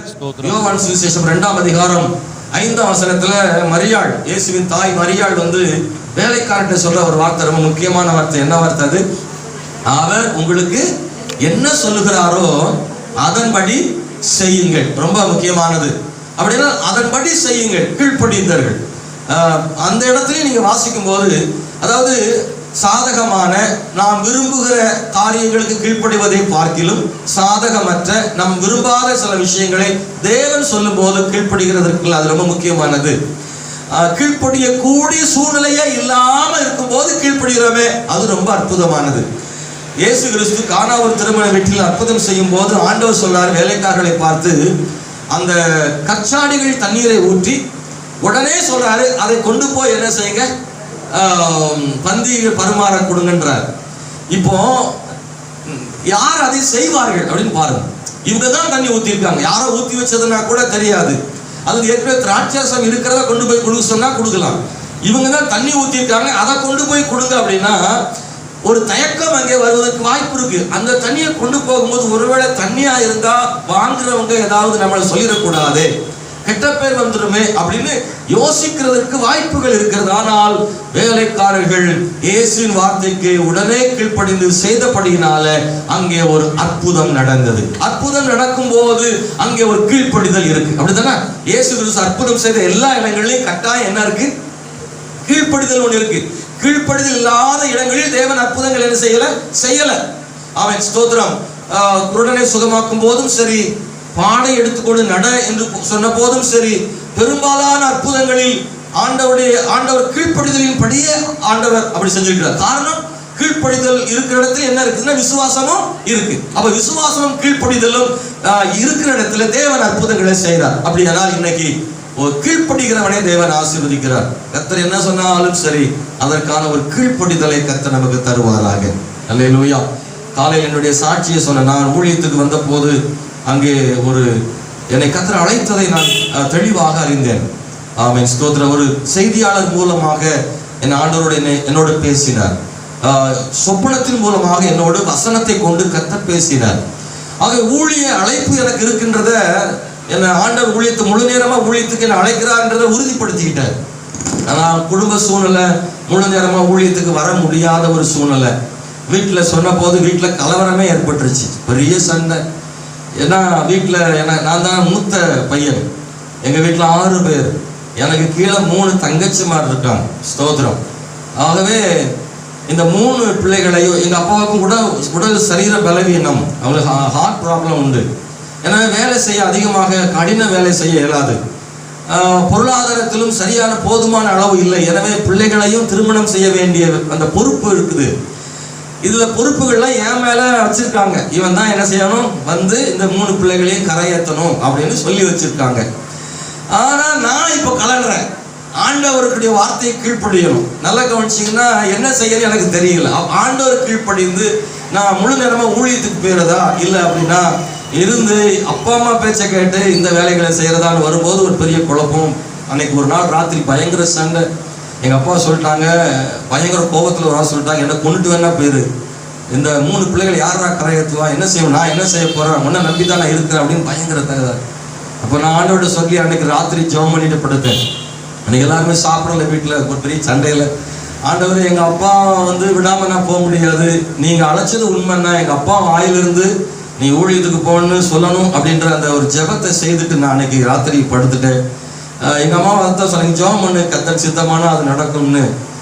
பாருங்க, அன்னைக்கு ராத்திரி முழுவதும் காலையில் எங்கள் அப்பா எழுந்த உடனே என்னை பார்த்து சொன்னாங்க, நீ போடா ஊழியத்துக்கு, பார்த்துக்கலாம், ஆண்டவர் பார்த்துக்கிடுவாருன்னு சொன்னாங்க. காலையில் ஒரு 12 மணி நேரத்துக்குள்ள ஒரு பெரிய மாற்றம் வந்திருக்கு. என்னை கொண்டுட்டு போனான்னு சொல்கிற ஆள் காலையில ஒரு 12 மணி நேரத்துக்குள்ள காலையில சொல்றாங்க, நீ ஊழியத்துக்கு போடா, கர்த்தர் பார்த்துக்கிடுவார்னு சொல்றாங்க. அது என்னை கர்த்தர் ஊழியத்துக்கு அழைத்தார் என்பதற்கான ஒரு அடையாளமா இருக்கு.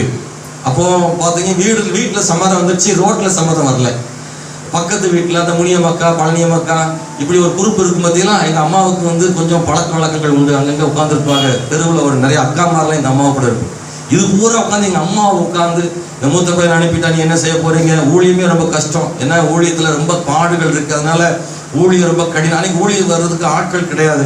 அப்போ ஊழியத்தை பற்றிய ஒரு தவறான எண்ணங்களும் இருந்தது. எனவே நிறைய பேர் சொல்லி எங்கள் அம்மாவையும் தவறான ஒரு எண்ணத்துக்கு நேராக கொண்டு போயிட்டாங்க, அவன் அனுப்பக்கூடாது என்று. ஸ்தோத்திரம். எங்கள் தெருவில் இருந்த ஒருவர், அவன் என்னுடைய நண்பனுடைய தகப்பனார்.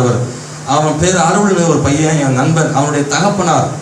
அவர் வந்து என்கிட்ட சொன்னார், இது செல்வம் உனக்கு அறிவு இருக்கா, நீ சுய புத்தியோட தான் நடு ரோட்டில் வச்சு பேசுறாரு என்னைய. எனக்கெல்லாம் அழுகு வந்துருச்சு. நீ ஊழியத்துக்கு போறேன்னு சொல்றீங்க, இத்தனைக்கு அவர் ஒரு கிறிஸ்டியன் கூட, நீ ஊழியத்துக்கு போறேன்னு சொல்றீங்க, இந்த குடும்பத்தை யார் பாப்பா? பாருங்கள், கீழ்ப்படிதல்ல இவ்வளவு பிரச்சனைகள் இருக்கு. தேவனுக்கு கீழ்ப்படிவதா, மனுஷருக்கு கீழ்ப்படிவதா? அப்போஸ்தலர்கள் வாசிக்கிறோம், தேவனுக்கு கீழ்ப்படிவதா, மனுஷருக்கு கீழ்ப்படிவதா? பேதுரு அவங்க எல்லாம் சொல்றதை நம்ம வாசிக்கிறோம். பாருங்க, இது இக்கட்டான ஒரு நிலையில நம்ம என்ன முடிவு எடுக்கிறோம் அப்படின்றது முக்கியம். நான் என்ன செய்ய தெரியல. அவர் பேசுறாரு, இப்படி என் மகனை பாரு, அப்படி இருக்கிறான், இப்படி இருக்கிறான், வேலை செய்யறான், சம்பாதிக்கிறான், பாரு உன் ஃப்ரெண்டு தானே அவனும், குடும்பத்தை நினைச்சு நிக்கணும் பண்றான், நீ என்ன செய்யற அப்படின்னு. இல்லை, எனக்கு ஆண்டவருடைய அழைப்பு இருக்கிறதுனால தான் நான் ஊழியத்துக்கு போறேன், என்னமோ சொல்லி பார்க்குறேன். அவர் அதெல்லாம் ஏத்துக்கிற மாதிரி இல்லை. பயங்கரமா ரோட்ல வச்சு என்ன பேசிட்டார், நீ பயங்கரமா கஷ்டப்பட போற பாரு அப்படின்னு சொன்னாரு. ஆமென், ஸ்தோத்திரம். எல்லாம் முடிந்தது. நான் ஊழியத்துக்கு வந்து விட்டேன். கத்திரது படிப்பை ஊழியம் செய்ய கத்திர கிருபை கொடுத்தாரு. நான் சொல்ல விரும்புகிறது, மறுபடியும் நான் ஒரு முறை, நான் சில வருஷங்களுக்கு பிறகு நான் வீட்டுக்கு போகும்போது, அந்த தெருவில் அப்படி நடந்து போகும்போது, இந்த பேசினார் இல்லையா, அவரு ஏத்தாப்ப என்ன செய்யறாரு, நடந்து வருகிறார். பாருங்க, அவர் ரொம்ப தளர்ந்து போயிருந்தார். ரொம்ப ஆளே வித்தியாசமா இருக்கு, அடையாளம் காண முடியல. அப்போ அவர் என்னை பார்த்து, நீ செல்வமா அப்படின்னு கேட்டாரு. என்ன சில வருஷங்கள் ஆயிடுச்சு. அப்போ ஆமா, நான் செல்வம் தான், நீங்க அருள் அப்பா தானே என்று கேட்டேன். அவர் ஆமா தம்பி, எப்படி இருக்கிற, நல்லா இருக்கிறேன், ஊழியத்தில் ஆண்டவர் என்னை ஆசீர்வதிச்சு வர்றாரு அப்படின்னு சொன்னேன். அப்போ அவர் சொன்ன வார்த்தை தெரியுமா, நீ எடுத்த முடிவு தான் தம்பி கரெக்டு அப்படின்னு சொன்னார். ஏன்னா அவர் நம்பி இருந்த அந்த அவருடைய மகன் வந்து வேறொரு தவறான ஒரு திருமணம் செய்து விட்டு அவர் போயிட்டா. இப்போ இவர் வந்து முதியோர் இல்லத்தில் இருந்து அந்த அப்பதான் வர்றாரு, வீட்டுக்கு வந்து பார்த்துட்டு போலான்னு வர்றாரு. ஸ்தோத்திரம். அப்பதான் சொல்றாரு, நான் சொன்னது தப்பு, ஆனா நீ தான் சரியான முடிவு எடுத்து, அது ஒரு வார்த்தை என்னைக்கு மறக்க முடியாது, நீ தான் சரியான முடிவு எடுத்திருக்கிற அப்படின்னு சொன்னார். பாருங்க, யார் அவமானப்படுத்தி பேசினார்களோ அவர்கள் கர்த்தருடைய அழைப்பு இருந்தால், அல்லது அவருடைய சித்தமான காரியம் செய்தோம்னா, அவருடைய அழைப்பும் அவருடைய சித்தமும் அவருடைய நம்ம கீழ்ப்படுதலும் இருந்தா, எவர் வார்த்தையில் அவமானமான வார்த்தை வந்துச்சோ அவங்க வார்த்தை வாயிலிருந்து பாராட்டுகிற வார்த்தைகளை கர்த்தர் கொடுப்பார். கையை உயர்த்தி அலையில சொல்லுங்க, ஹல்லேலூயா. அன்பான தேவனுடைய பிள்ளைகளை, கர்த்தரை நம்பின பிள்ளைகளை ஒருபோதும் கைவிடுவது இல்லை. ஆமென், ஸ்தோத்திரம். நல்லா கவனிச்சிங்கன்னா, அந்த தெருவில் ஆமென், கர்த்தர் எங்கள் குடும்பத்தை ஆசீர்வதித்து நடத்தினார். ஸ்தோத்திரம். எல்லாரும் ஆச்சரியப்பட்டாங்க, பரவாயில்லக்கா அப்படின்னு. அருமையான கர்த்தருடைய பிள்ளைகளை, 3 பிள்ளைகளுக்கும் தேவன் திருமணங்களை செய்து ஆச்சரியமாய் நடத்தினார். ஆமென், ஸ்தோத்திரம். குடும்பங்களை இன்றைக்கும் அவர்கள் கர்த்தருக்கு ஆசீர்வாதமாய் வாழ தேவன் கிருபை செய்திருக்கிறார். கீழ்ப்படிதல் ஒருபோதும் நமக்கு நஷ்டமாவதில்லை. கர்த்தருக்கு கீழ்ப்படிதல், எல்லாரும் சொல்லுவோமா, கர்த்தருக்கு கீழ்ப்படிதல் ஒருபோதும் நஷ்டமாகிறது இல்லை. நிச்சயம் அதில் ஒரு ஆசீர்வாதம் இருக்கு. அல்லேலூயா. அடுத்து, நடைமுறையான ஒரு கீழ்ப்படிதல் நம்ம வாழ்க்கையில. ஒரு நேரம் கீழ்ப்படிச்சிட்டோம் அப்படின்னு இல்லை, அந்த கீழ்ப்படிதல் ஒரு ப்ராசஸா இருந்துகிட்டே இருக்கணும். தொடர்ந்து கீழ்ப்படித்து கொண்டே இருத்தல், அது ரொம்ப முக்கியமானது. ஆமென், ஸ்தோத்திரம். சொல்லுவாங்க, பாதி கிணறு தாண்டாடு போலாம தொடர்ந்து அந்த கீழ்ப்படிதல் போய்கொண்டே இருக்கணும். ஆபிரகாம் கானான் தேசத்திற்கு போகும்போது அந்த ஊர் என்கிற கல்தேயர் தேசத்தை விட்டு புறப்பட்டான், அது கீழ்ப்படிந்தான். அதோடு நிறுத்திக்கல, அவருடைய கீழ்ப்படிதல் ஆண்டவர் சொல்லும் இடம் வரைக்கும் தொடர்ந்தேர்ச்சியாக இருந்து கொண்டே இருந்தது. ஆதியாகமம் 12ஆம் அதிகாரத்தில் இருக்கிற அந்த ஒவ்வொரு வசனங்களையும் வாசித்து பார்த்தால், தொடர்ந்து அவன் புறப்பட்டு போனான், அவன் சுற்றி போனான், மலைக்கு போனான், அவளை கூட்டி கொண்டு போனான். 8, 10 போன்ற வசனங்கள்ல தெற்கே பிரயாணம் பண்ணி போனான். 10ஆம் வசனத்துல. இப்படி நீங்க படிச்சீங்கன்னா, ஆண்டோடைய வார்த்தைக்கு கீழ்ப்படிதல் என்பது ஒரு வசனத்தில் அதிகாரத்தில் நின்று விடவில்லை, வாழ்நாள் முழுவதும் தொடர்ந்தேர்ச்சியான கீழ்ப்படிதல் ஆபிரகாமுக்குள் இருந்தல்லவா. இப்ப கீழ்ப்படிதல்ல உடனடி கீழ்ப்படிதல் மட்டுமல்ல, தொடர்ந்தேர்ச்சியான கீழ்ப்படிதல் ரொம்ப முக்கியமானது. அசாதாரணமான கீழ்ப்படிதல் ஒன்று இருக்கு. பாத்தீங்கன்னா, இந்த உலகம் நம்முடைய கீழ்ப்படிதலை எப்பவுமே பாராட்டாது. இந்த உலகம் நம்முடைய கீழ்ப்படிதலை விசித்திரமா பார்க்கும். தேவ பிள்ளைகளுடைய வாழ்க்கை முறை சில நேரங்கள்ல ஆண்டவர் அறியாதவங்களுக்கு விகற்பமா தெரியுது பாருங்க. அடிக்கடி சர்ச்சுக்கு போனா கூட இப்படியுமா போகணும் அப்படின்னு நினைப்பாங்க. அதுக்காக இப்படித்தான் ஆலயத்துக்கு போறதா அப்படின்னு சொல்லுவாங்க. ரொம்ப ஜெபம் பண்ணாலும் இந்த உலகம் நம்மளை வந்து ஏதாவது ஒன்று சொல்லும், அவன் அதுக்கு இப்படியா ஜெபம் பண்றதுன்னு சொல்லும். ஸ்தோத்திரம். என்ன சொன்ன மாதிரி ஊழியத்துக்கு அதுக்காக குடும்பத்தை விட்டுட்டா ஊழியத்துக்கு போவாங்க. நிச்சயமா ஆண்டவருடைய காரியங்களை உலகத்தாலே புரிந்து கொள்ள முடியாது. தேவனுடைய வார்த்தைகளையும் அவருடைய வார்த்தைக்கு ஜனங்கள் கீழ்ப்படுகிறதையும் இந்த ஜனங்கள் சரியாக புரிந்து கொள்ள முடியாது. அவர்கள் அதை தவறாகத்தான் சொல்லுவார்கள். ஆனால் அதில் இருக்கக்கூடிய கீழ்ப்படிதலையும் அதனால் வருகிற ஆசீர்வாதங்களை கர்த்தர் பிள்ளைகள் தான் என்ன செய்ய முடியும், அறிந்து கொள்ள முடியும். நீங்க ஆண்டவருக்காக வைராக்கியமா இருக்கிறீங்கல்ல, அது உலகம் பார்க்கும்போது அற்பமா பேசும், இப்படித்தான் போகணுமான்னு சொல்லி. ஆனால் நீங்களும் நான் தான், ஏன்னா கர்த்தர் நல்லவர் என்பதை நாம் ருசித்து பார்க்கிறதுனால நாம் அப்படி செய்யறோம். சொல்லக்கூடாதாமே? அல்லேலூயா, ஸ்தோத்திரம். சில சொல்றாங்க என்ஜாய் பண்ற விஷயத்துல இந்த வயசுல என்ஜாய் பண்ணலன்னா எந்த வயசுல என்ஜாய் பண்றது, இப்படி ஒரு வாழ்க்கையா என்னெல்லாம் சிலர் கேட்டிருக்காங்க. ஸ்தோத்திரம். அல்லேலூயா. சினிமாவே பார்க்க மாட்டீங்களா? இல்லை சினிமா பார்க்கறது இல்லை. அல்லேலூயா. நான் சொல்ல அடிக்கடி தேட்டருக்கு போனது, வாழ்க்கையில தேட்டருக்கே போனது ரெண்டு முறை போயிருக்கேன். எப்படின்னா, ஒன்று வீரபாண்டிய கட்டபொம்மன் பள்ளிக்கூடத்தில் கூப்பிட்டு போனது, இன்னொன்று கப்பல் ஓட்டிய தமிழன். ஸ்தோத்திரம். இந்த 2 படம் எனக்கு ஞாபகத்திலே இல்லை. அது சின்ன வயசுல போனது, தேட்டருக்கே போல. சில கேட்பாங்க இப்படியே வாழ்க்கையை தொலைச்சிட்டியே, ஒரு சினிமா கூட பார்த்தா தான் என்ஜாய்மெண்ட். நல்ல இந்த வயசுல நல்ல படங்களை பார்த்து நல்ல ஜாலியா அப்படி சந்தோஷமா வாழணுமையா, அத்தாயா வாழ்க்கை அப்படின்னு சொல்றாங்கல்ல. இது இன்னும் ஒரு வாழ்க்கை. நம்முடைய பரிசுத்தமும் நம்முடைய கீழ்ப்படிதலும் நம்முடைய விசுவாசமும் தேவனுக்குள்ளே இருக்கிற வைராக்கியமும் உலகம் பார்க்கும்போது அதுக்காக இப்படியா வாழ்றதுன்னு சொல்றாங்கல்ல. காரணம், அவர்களால் இந்த கீழ்ப்படிதலையும் பரிசுத்தத்தையும் புரிந்து கொள்ள இயலாது. ஆனால் நாம் நமக்குள்ளே இருக்கிற தேவனுக்காக அதை செய்கிறோம். அல்லேலூயா. தயவு செய்து நீங்கள் தவறாக என்ன வேண்டாம் அல்லது வருத்தப்பட வேண்டாம். உலகம் உங்களை பார்த்து உங்கள் கீழ்ப்படிதலை, உங்கள் விசுவாசத்தை அற்பமாகவோ குறைவாகவோ விமர்சனமாகவோ பேசும்போது நீங்கள் ஒருபோதும் நீங்கள் அதை விட்டு விடாதீர்கள், கவலைப்படாதீர்கள். ஏனென்றால் இந்த உலகம் அப்படித்தான் செய்யும் என்று இயேசு கிறிஸ்து முன்பே என்ன செஞ்சிருக்கிறார், சொல்லி வைத்திருக்கிறார். நம்முடைய விசுவாசத்தை உலகத்தால் புரிந்து கொள்ள முடியாது. கிறிஸ்துவ வைராக்கியத்தை இந்த உலகம் புரிந்து கொள்ள முடியாது. ஏற்ற நாள் வரும்போது நம்முடைய விசுவாசத்திற்கும் நம்முடைய கீழ்ப்படிதலுக்குமான பலனை ஆண்டவர் நிச்சயம் ஆண்டவர் தருவார். ஆமென். அல்லேலூயா. அன்பான தேவனுடைய பிள்ளைகளே, ஸ்தோத்திரம் செலுத்துகிறோம். மத்தேயு சுவிசேஷத்தில் 5ஆம் அதிகாரம் பாருங்கள் 10 முதல் 12 வசனங்களை வாசிக்கும்படி கேட்கிறேன். மத்தேயு சுவிசேஷம் 5ஆம் அதிகாரம் 10 முதல் 12 வசனங்களை யாராவது வாசிக்கும்படி கேட்கிறேன். நீதி நிமித்தம் துன்பப்படுகள் வசனத்தை நான் சும்மா வாசித்தேன். எப்போ பார்த்தா நான் அப்படி வாசிக்கணும். நான் சும்மா சொல்றதுக்காக நான் ஆசீர்வதிக்கப்பட்டவர்கள் வாசித்தேன். ஆனா அதுக்காக அப்படியே வாசிக்கணும் இல்லை, பாக்கியமானே வாசிக்கும்.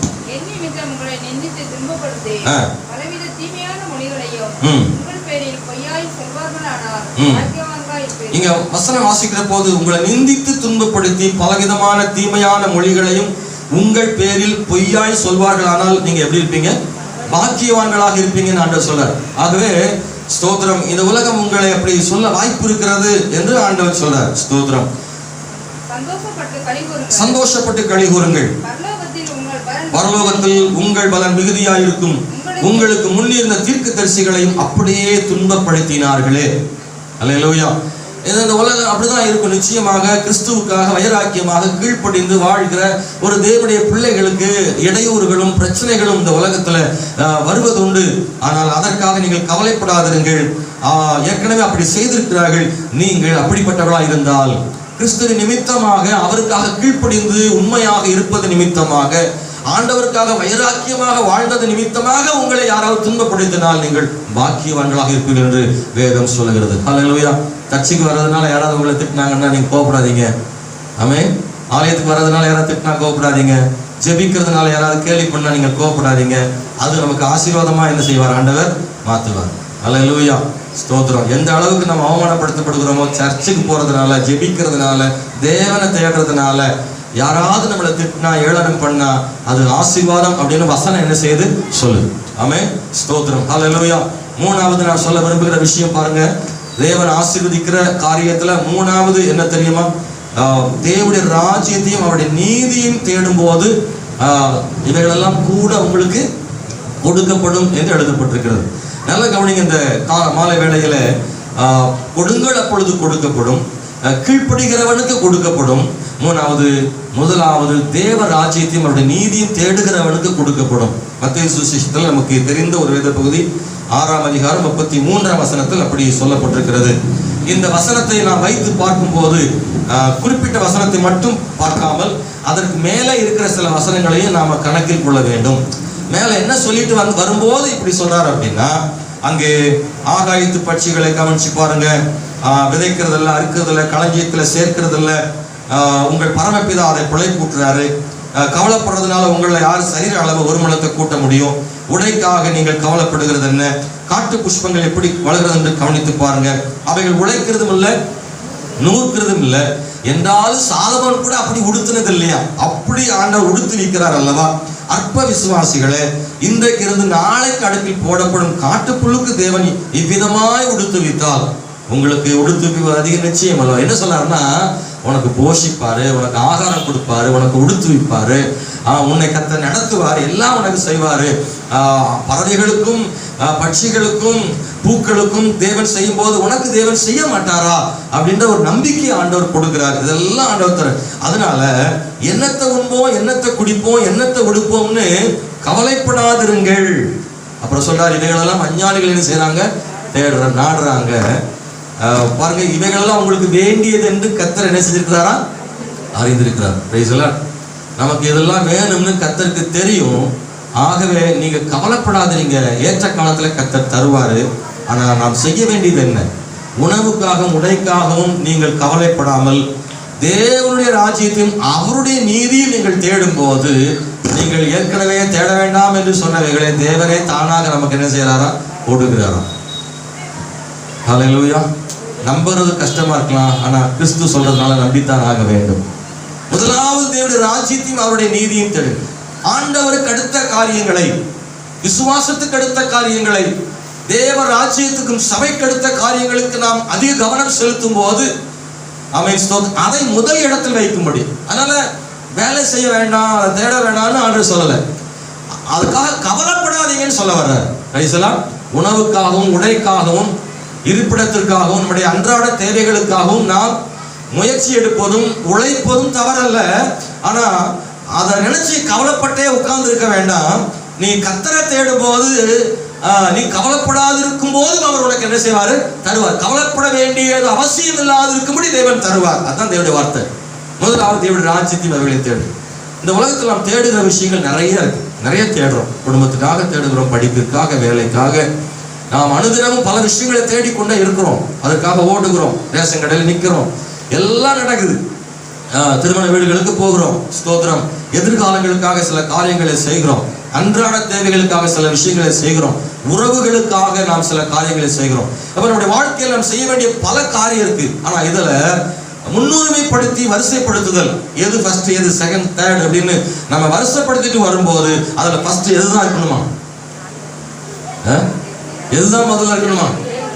தேவராஜ்யம்.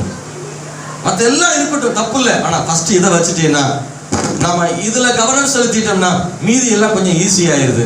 இதை விட்டுட்டோம்னா மற்றதெல்லாம் என்ன ஆயிருதுன்னா கவலை ஆயிருது. அதுதான் ஆண்டவர் சொல்றாரு, நீ கவலைப்பட வேண்டியது இல்லை, இதை ஃபர்ஸ்ட் வச்சுட்டா போதும், நீ கவலைப்பட வேண்டியது வராது. ஆனா இது ஃபர்ஸ்ட் வைக்கலன்னா நீ என்ன செய்ய வேண்டியிருக்கும்? கவலைப்பட வேண்டியது இருக்கும். இந்த பாருங்க, எண்ணத்தை குடிப்போம், எண்ணத்தை உண்போம் என்கிற கவலை எப்போ வருதுன்னா, நீ முதல்ல தேவ ராஜ்யத்தை நீதி வைக்காத போது இவைகளெல்லாம் வருது. நீ தேவனுடைய ராஜ்யத்தை நீதி முதலில் வைக்கும் போது, முதலாவது தேடும் போது, நீ அவைகளுக்காக கவலைப்பட வேண்டியதே இல்லை. எல்லாத்தையும் கர்த்தரை என்ன செய்வார்? உனக்காக பார்த்துக் கொள்வார் என்ற ஒரு வாக்குத்தத்த ஆண்டவர் எங்கே சொல்றாரு பாருங்க. முதலாவது தேவ ராஜ்யத்தையும் அவருடைய நீதியும் தேடுங்கள். இன்னைக்கு நம்ம வாழ்க்கையில கர்த்தர், ஜெபம், விசுவாசம், ஆண்டவருடைய காரியங்கள், வாசிக்கிற வசனங்களை தியானம் செய்கிற விஷயம், தேவனுக்கு அடுத்த காரியங்களை நம்ம எப்போதும் நினைக்கிறது ரொம்ப அவசியமா இருக்கு. நல்லா பார்த்தீங்கன்னா உலகத்துல நம்ம பார்க்கிறதும் கேட்கிறதும் சிந்திக்கிறதும் ரொம்ப நம்முடைய வாழ்க்கையில் ஒரு பெரிய தாக்கத்தை என்ன செய்யுதுன்னா ஏற்படுத்துது. நீங்க எத்தனை பேர் அதை உணர்றீங்கன்னு தெரியல. நம்முடைய பார்வையும் பேச்சும் சிந்தையும் நம்ம வாழ்க்கையில் ரொம்ப முக்கியம். நம்ம எதை அடிக்கடி பார்க்குறோமோ அது நம்முடைய வாழ்க்கையில் ஒரு தாக்கத்தை ஏற்படுத்தும். நம்ம அடிக்கடி எதையே பேசிட்டு இருக்கிறோமோ அதுவும் நம்முடைய வாழ்க்கையில தாக்கத்தை ஏற்படுத்தும். நம்ம எதை அதிகமாக சிந்திக்கிறோமோ அதுவும் நம்முடைய வாழ்க்கையில தாக்கத்தை ஏற்படுத்தும். நீங்க பார்க்கணும், கவனிக்கணும். அல்லேலூயா. பாருங்க, நான் காலையில் சொல்லும்போது சொன்னேன், ஒரு விசுவாசி சினிமா பாட்டு வச்சிருக்க, ரிங் டோன் வச்சிருக்கான் ஒரு பையன். அவனுக்கு ஃபோன் பண்ணிட்டா அந்த பாட்டு பாடும். நானும் சொல்லி பார்த்தேன், தம்பி அந்த பாட்டை ரிங்டோனை மாற்றினா, அவன் இல்லை சார் கம்பெனிக்காரன் மாற்ற மாட்டேன்றான். சினிமா பாட்டை கம்பெனிக்காரன் மாற்ற மாட்டேன்றான். நான் எப்போதும் லவுட் ஸ்பீக்கர் தான் பேசுவேன். நான் காதில் வச்சு பேசும்போது சில விசுவாசம் ரொம்ப நேரம் பேசுறதுனால ஹீட் ஆகி வாய்ப்புன்னு வருதுன்ட்டு காதில் வைக்காமல் லவுட் ஸ்பீக்கரில் போட்டு பேசுவேன். என்னுடைய வழக்கம். அதனால் பாட்டு வீடு பூரா கேட்கும் எல்லாத்துக்கும். அந்த அந்த அந்த பையனுக்கு ஃபோன் பண்ணிட்டாவே வீட்டில் சொல்லிடுவாங்க, இந்த ஆளான்டுவாங்க. அந்த பாட்டு சத்தமாக கேட்கும். என்ன முடிவில் இருக்கான்னா, நான் அந்த பாஸ்டரை சினிமா பாட்டு கேட்க வைக்கணும்னே ஒரு முடிவில் அந்த பாட்டை வச்சிருக்கான். அவன் கேட்கறது இல்லாமல் பாஸ்டரையும் சினிமா பாட்டை கேட்க வைக்காம பாருங்க, அவன் திறமையில. எங்கள் வீட்டில் சினிமா பாட்டு கேட்குது, டிவியில் நாங்கள் போகிறத எதுலையும் கேட்கறது இல்லை. ஆனால் இவனுக்கு ஃபோன் பண்ணிட்டா எங்கள் வீட்டு சினிமா பாட்டு கேட்கறதா ஆயிடும். நான் இதை அடிக்கடி ஃபோன் பண்ணும்போது சில காரியங்களுக்காக பேசும்போது அந்த பாட்டு தொணிச்சு அந்த பையனுக்கு ஃபோன் பண்ணிட்டு கீழே வச்சுட்டேன். கொஞ்ச நேரத்தில் பார்த்தா அந்த பாட்டு என் வாயிலேருந்து வந்துக்கிட்டு இருக்கு.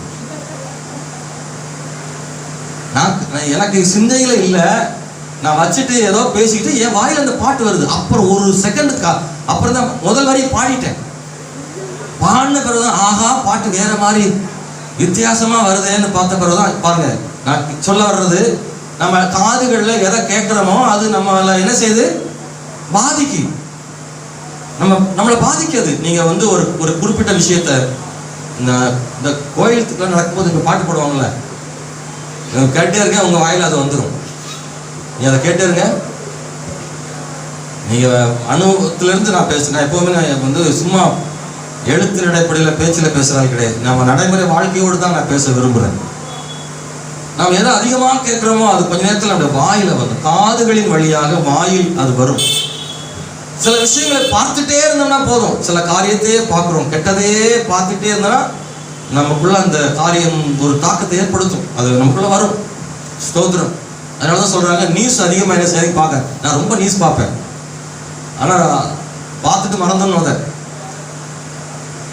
இந்த கிரைம் டைரின்னு ஒன்று போடுவாங்க பாருங்க. குத்துறான், வெட்டுறான், கொள்றானே போட்டிருப்பாங்க. நம்ம அந்த அப்படிப்பட்டதான கொடூரமானவைகளையே பார்த்துட்டே இருந்தால் நம்முடைய வாழ்க்கையில் கொடூரமான செயல்கள் அதிகமாக வர்றதுக்கு வாய்ப்புகள் நிறைய இருக்கு. இந்த பப்ஜியா சுப்ஜியா அது என்னமோ கேம்லாம் இருக்குல்ல, அதெல்லாம் கொடூரமான கேம்ஸ். கடைசியில் அந்த பயங்க பாதிக்கப்படுறதை நம்ம பார்க்குறோம் பாருங்க. எனவே பார்வையும் கேட்பதும் பேசுவதும் சிந்திப்பதும் எதை அதிகமாக சிந்திக்கிறோமோ நம்முடைய வாழ்க்கையில தாக்கத்தை ஏற்படுத்து. அதனால நாம் தேவனையும் அவர் சார்ந்த காரியங்களையும், தேவராஜ்யம் சார்ந்த, தேவனுடைய வசனம் சார்ந்த, ஜெபம் சார்ந்த காரியங்களை நம்ம ஃபர்ஸ்ட்ல வைக்கும் போது எல்லாமே சரியாவே செயல்பட்டே போயிட்டு இருக்கும். ஆமே. நீங்க நல்லா கவனிச்சிங்கன்னா முதல்ல அது இருந்துச்சுன்னா மீதி உள்ளதெல்லாம் அது சரி பண்ணிட்டே வரும் பாருங்க. ஜெபமும் வேத வாசிப்பும் வசனமும் இவைகளெல்லாம் ஃபர்ஸ்ட்ல ஆண்டவருடைய காரியம், சபை காரியங்கள், கிறிஸ்தவ பாடல்கள், தேவனுடைய ஆராதனைகள், இதற்கெல்லாம் அதிகமாக அதையே சிந்திக்க, நான் வாசித்த வசனங்கள் அதிகமாக சிந்திக்க சிந்திக்க சிந்திக்க மீதி எல்லாம் சரியாயிட்டே வரும். ஹல்லேலூயா. இந்த உலகத்தில் நம்ம ஒரு பெரிய ஜெயம் எடுக்கணும்னு சொன்னா, இந்த உலகத்தில் போராட்டம் நமக்கு இருக்கு. இந்த போராட்டத்தை ஜெயிக்கணும்னா நம்ம நிச்சயமா முதல்ல தேவனை வைக்கும்போது தான் அதை நம்ம ஜெயம் பெற முடியும். இல்லைன்னா மற்றவைகள் நம்ம அமுக்கும். நல்லா கவனிங்க. தேவராஜ்யமும் அவருடைய நீதியும் முதல்ல இருக்கும்போது கவலைகள் பெரிதாக தெரியாது. தேவராஜ்யமும் அவருடைய நீதியும் முதல்ல இல்லாத போது கவலைகள் பெருசா தெரியும். அது ரொம்ப ஓங்கி நிற்கும் பாருங்க. கழுகை பற்றி ஒரு செய்தி படித்தேன் கடந்த நாள்ல. ரொம்ப ஆச்சரியமான ஒரு உண்மை விஷயத்த சொல்லியிருந்தாங்க. கழுகை நேருக்கு நேர் மோதக்கூடிய ஒரே ஒரு பறவை வந்து காக்காவும். காகம் தான் கழுகு பறக்கும் போது அது மேலே உட்கார்ந்து தலையிலே கொத்துமா. ஸ்தோத்திரம். பாருங்க, இந்த கழுகு வந்து வேற எந்த பறவையும் கழுகு கிட்ட நிற்க முடியாது. காகம் மட்டும் கழுகை வந்து இப்படி மேலே போய் உட்கார்ந்து கொத்தக்கூடிய அளவுக்கு தைரியமானது காகம் மட்டும்தான். ஆனால் அந்த கழுகு என்ன செய்யுமா, வேற ஒண்ணுமே பண்ணாது. அது வந்து துரத்துறதுல ஒன்றும் செய்யறதில்ல. உடனே அது என்ன செய்யுமா, மேலே பறக்க ஆரம்பிச்சிடும். உயரமான காகத்தால் மிக உயரத்துக்கு பறக்க முடியாது. இந்த கழுகு உடனடியாக உயரமாக பறக்க ஆரம்பிச்சிருமா. குறிப்பிட்ட தூரத்துக்கு மேலே வேற எந்த பறவையும் பறக்க இயலாத தூரத்துக்கு மேலே போன உடனே குறிப்பிட்ட தூரத்துக்கு மேலே இந்த காகத்தால ஆக்சிஜன் என்ன செய்ய முடியாது, சுவாசிக்க முடியாம அதுவே தானாக பிழைச்சா போதும்னு கீழே வந்துருமா. கழுகு காகத்தை தாக்குவதில்லை, தானாகவே காகம் கீழே விழுந்து விடுகிறதா. இதுதான் உண்மைன்னு சொல்றாங்க. ஆவிக்குரிய விஷயத்துல அப்படிதான். நம்ம வாழ்க்கையில வரக்கூடிய இந்த போராட்டம், கவலை, வேதனை, எதிர்ப்பு, சண்டை, பிரச்சனை, கேலி, கிண்டல், அவமானங்கள், இப்படி நிறைய இந்த உலகத்துல நமக்கு எதிராக வரக்கூடிய பல விஷயங்கள் இருக்கும்போது இதெல்லாம் நம்ம கண்டுக்கிடாம நாம உன்னதத்தில் பறக்க, தேவனுக்கு என்று பிரகாசிக்க, முதலிடத்தில் கத்தர வைக்க, ஆண்டுடைய விஷயங்களுக்கு கவனம் செலுத்திக்கிட்டே இருக்க என்ன ஆட்டோமேட்டிக்கா நம்மளை விட்டு என்ன செஞ்சிடும்? நாம போட்டு சண்டை போட்டு நீ அவனை இவனை என்ன சொல்ல போறோம், நம்ம பேச வேண்டியதே கிடையாது. இந்த பிரச்சனைகளை நம்ம சண்டைக்கு போக வேண்டியதோ அல்லது பிரச்சனை பண்ண வேண்டியதே இல்லை. நாம ஆண்டவருக்குள்ள இருந்து ஜெபிக்க, ஆண்டவரை தேட, விசுவாசமா இருக்க, உன்னதத்தில் பறக்க, நாம் ஆண்டவருக்காக மேலே போக போக நிச்சயமாய் பாருங்க அது தானாக போய் விடுகிறது. கழுகோடு காகம் சமதளத்தில் பாருங்க போட்டியிட முடியும், ஆனா உன்னதத்தில் அதோடு போட்டியிட முடியாது. அல்லேலூயா. நிச்சயமா காகம் இருக்கும் இடத்தில் நாம் இருக்கிறதால போட்டிகள் இருக்கு. கிறிஸ்துவுக்குள் உன்னதத்தில் பறக்கும் போது அந்த பிரச்சனைகளில் இருந்து கர்த்தர் விடுதலை தருகிறார் என்பதை மறந்து விடாதீர்கள். முதலில் தேவராஜ்யத்தையும் அவருடைய நீதியும் தேடுங்கள். நீங்க யாரோட பழகுறீங்கன்றது ரொம்ப முக்கியமானது. நல்லா கவனிச்சீங்கன்னா, நீங்க பழகக்கூடிய ஆள் எப்படிப்பட்டவங்களோ, விசுவாசம் உள்ளவர்களோடு அதிகமாக பழகுனா, ஜெபிக்கிறவங்களோடு அதிகமாக பழகுனா, நம்ம சிந்தைகளும் அப்படிப்பட்டவர்களாக இருக்கும், வார்த்தைகளும் அப்படிப்பட்டவர்களாக வரும், செயல்களும் அப்படிப்பட்டதாக இருக்கும். ரொம்ப முக்கியமானது. கவனிங்க, ஒரே ஒரு சம்பவத்தை சொல்லி ஜெபிக்க விரும்புறேன். இளையகுமாரன் பற்றி படிக்கும் போது அவன் ஸ்தோத்திரம், அவனுக்கு தேவை என்ன அப்படின்னா சாப்பாடு. இளையகுமாரனுக்கு தேவை என்னன்னா சாப்பாடு. அவன் சொல்றான், பன்றிகளுக்கு கிடைக்கிற தவிடு எனக்கு என்ன செய்யல, கிடைக்கல. அப்ப இவனுக்கு என்ன தேவை? தவிடு தேவை, புண்ணாக்கு. பன்றி சாப்பாடு கூட கிடைக்கல. தகப்பனை விட்டதுனால வந்த தீமை. ஆனா இப்ப கடைசியில் ஒரு முடிவு போற, அப்பாட்ட போகணும், நான் இப்படி எல்லாம் சொல்லணும் அப்படின்னு தீர்மானம் பண்ணிட்டு போறான். அப்பாட்ட போன உடனே இவன் அப்பாட்ட போனதுக்கே எதுக்கு தான் போறான்னா, பசியில வாடுகிறேனே, இல்ல அப்படிதான் சொல்றான். லூக்கா 15ல நான் பசியால் வாடுகிறேன், என் தகப்பன் வீட்டில் வேலைக்காரர்கள் திருப்தியாய் சாப்பிடுகிறார்களே. அதுதான் அவனுக்கு எண்ணம். அப்பா வீட்டுக்கு போனா சாப்பாடு கிடைக்கும், பட்னியா கிடைக்கிறனே, அதுதான் அப்பா வீட்டுக்கு போறான். ஆனா அப்பாட்ட போய் ஒரு வார்த்தை கூட எனக்கு பன்றி கிடைச்ச சாப்பாடு கூட கிடைக்கல, சாப்பாடு கொடுங்கன்னு கேட்டானா இல்லை. அவன் அதை பத்தியே பேசல. இவன் எத்தனை தேவைகள் உடையவனாக இருந்தாலும் தகப்பனிடத்தில் போன போது ஒன்னே ஒன்று சொன்னான், நீங்க எனக்கு வேணும். ஆமென். எனக்கு சாப்பாடு தேவையில்லை, எனக்கு நீங்க எனக்கு வேணும். தகப்பனே, உங்களுடைய வேலைக்காரர்களில் ஒருவனாக என்னை சேர்த்துக் கொள்ளும் என்று தான் ஜெபித்தான். பாருங்கள், சாப்பாடு தான் எனக்கு தேவை, ஆனா சாப்பாடு கேட்கல. கர்த்தர்ட்ட சொல்றான், அப்பாட்ட சொல்றான், தகப்பனே என்று சொல்லுகிறான். பாருங்க, பிள்ளைன்ற உரிமை எனக்கு இல்லை, அப்பாவா இருங்க. அப்ப எதை முதல்ல வைக்கிறான்னா, அவனுடைய தேவைகளை முதல்ல வைக்காம தகப்பனை ஃபர்ஸ்ட் வைக்கிறான். தேவைகள் ஆட்டோமேட்டிக்கா கூட கொடுக்கப்பட்டது அவனுக்கு இல்ல, அவன் கேட்கல, ஆனா கொடுக்கப்பட்டது. அதான் இந்த 6ஆம் அதிகாரம் 33 சொன்ன வசனம் சரியாக லூக்கா 15க்கு பொருந்தும். ஏன்னா இளையகுமாரன் அவன் தேவையை முதலில் வைக்காமல் தகப்பனை முதலில் வைத்ததனாலே தகப்பனும் கிடைத்தது. தகப்பன் கிடைத்ததால் வந்த அந்த தேவைகளும் சந்திக்கப்பட்டது. அப்புறம் இவன் கவலைப்படவே இல்லை. மோதிரம் கொடுக்கப்பட்டது, ஆடைகள் கொடுக்கப்பட்டது, பாதரட்சி கொடுக்கப்பட்டது, விருந்து கொடுக்கப்பட்டது. இவன் கேட்டது புண்ணாக்கு, பன்றியின் தவிடு. ஆனா இவனுக்கு கிடைத்தது என்ன? ஒரு கன்று குட்டியின் விருந்து. ஆமென். கவனிச்சீங்களா? இவன் ஒரு பன்னிக்கு கிடைச்ச சாப்பாடு கிடைச்சாலே போதும் அப்படிதான் நினைச்சான்.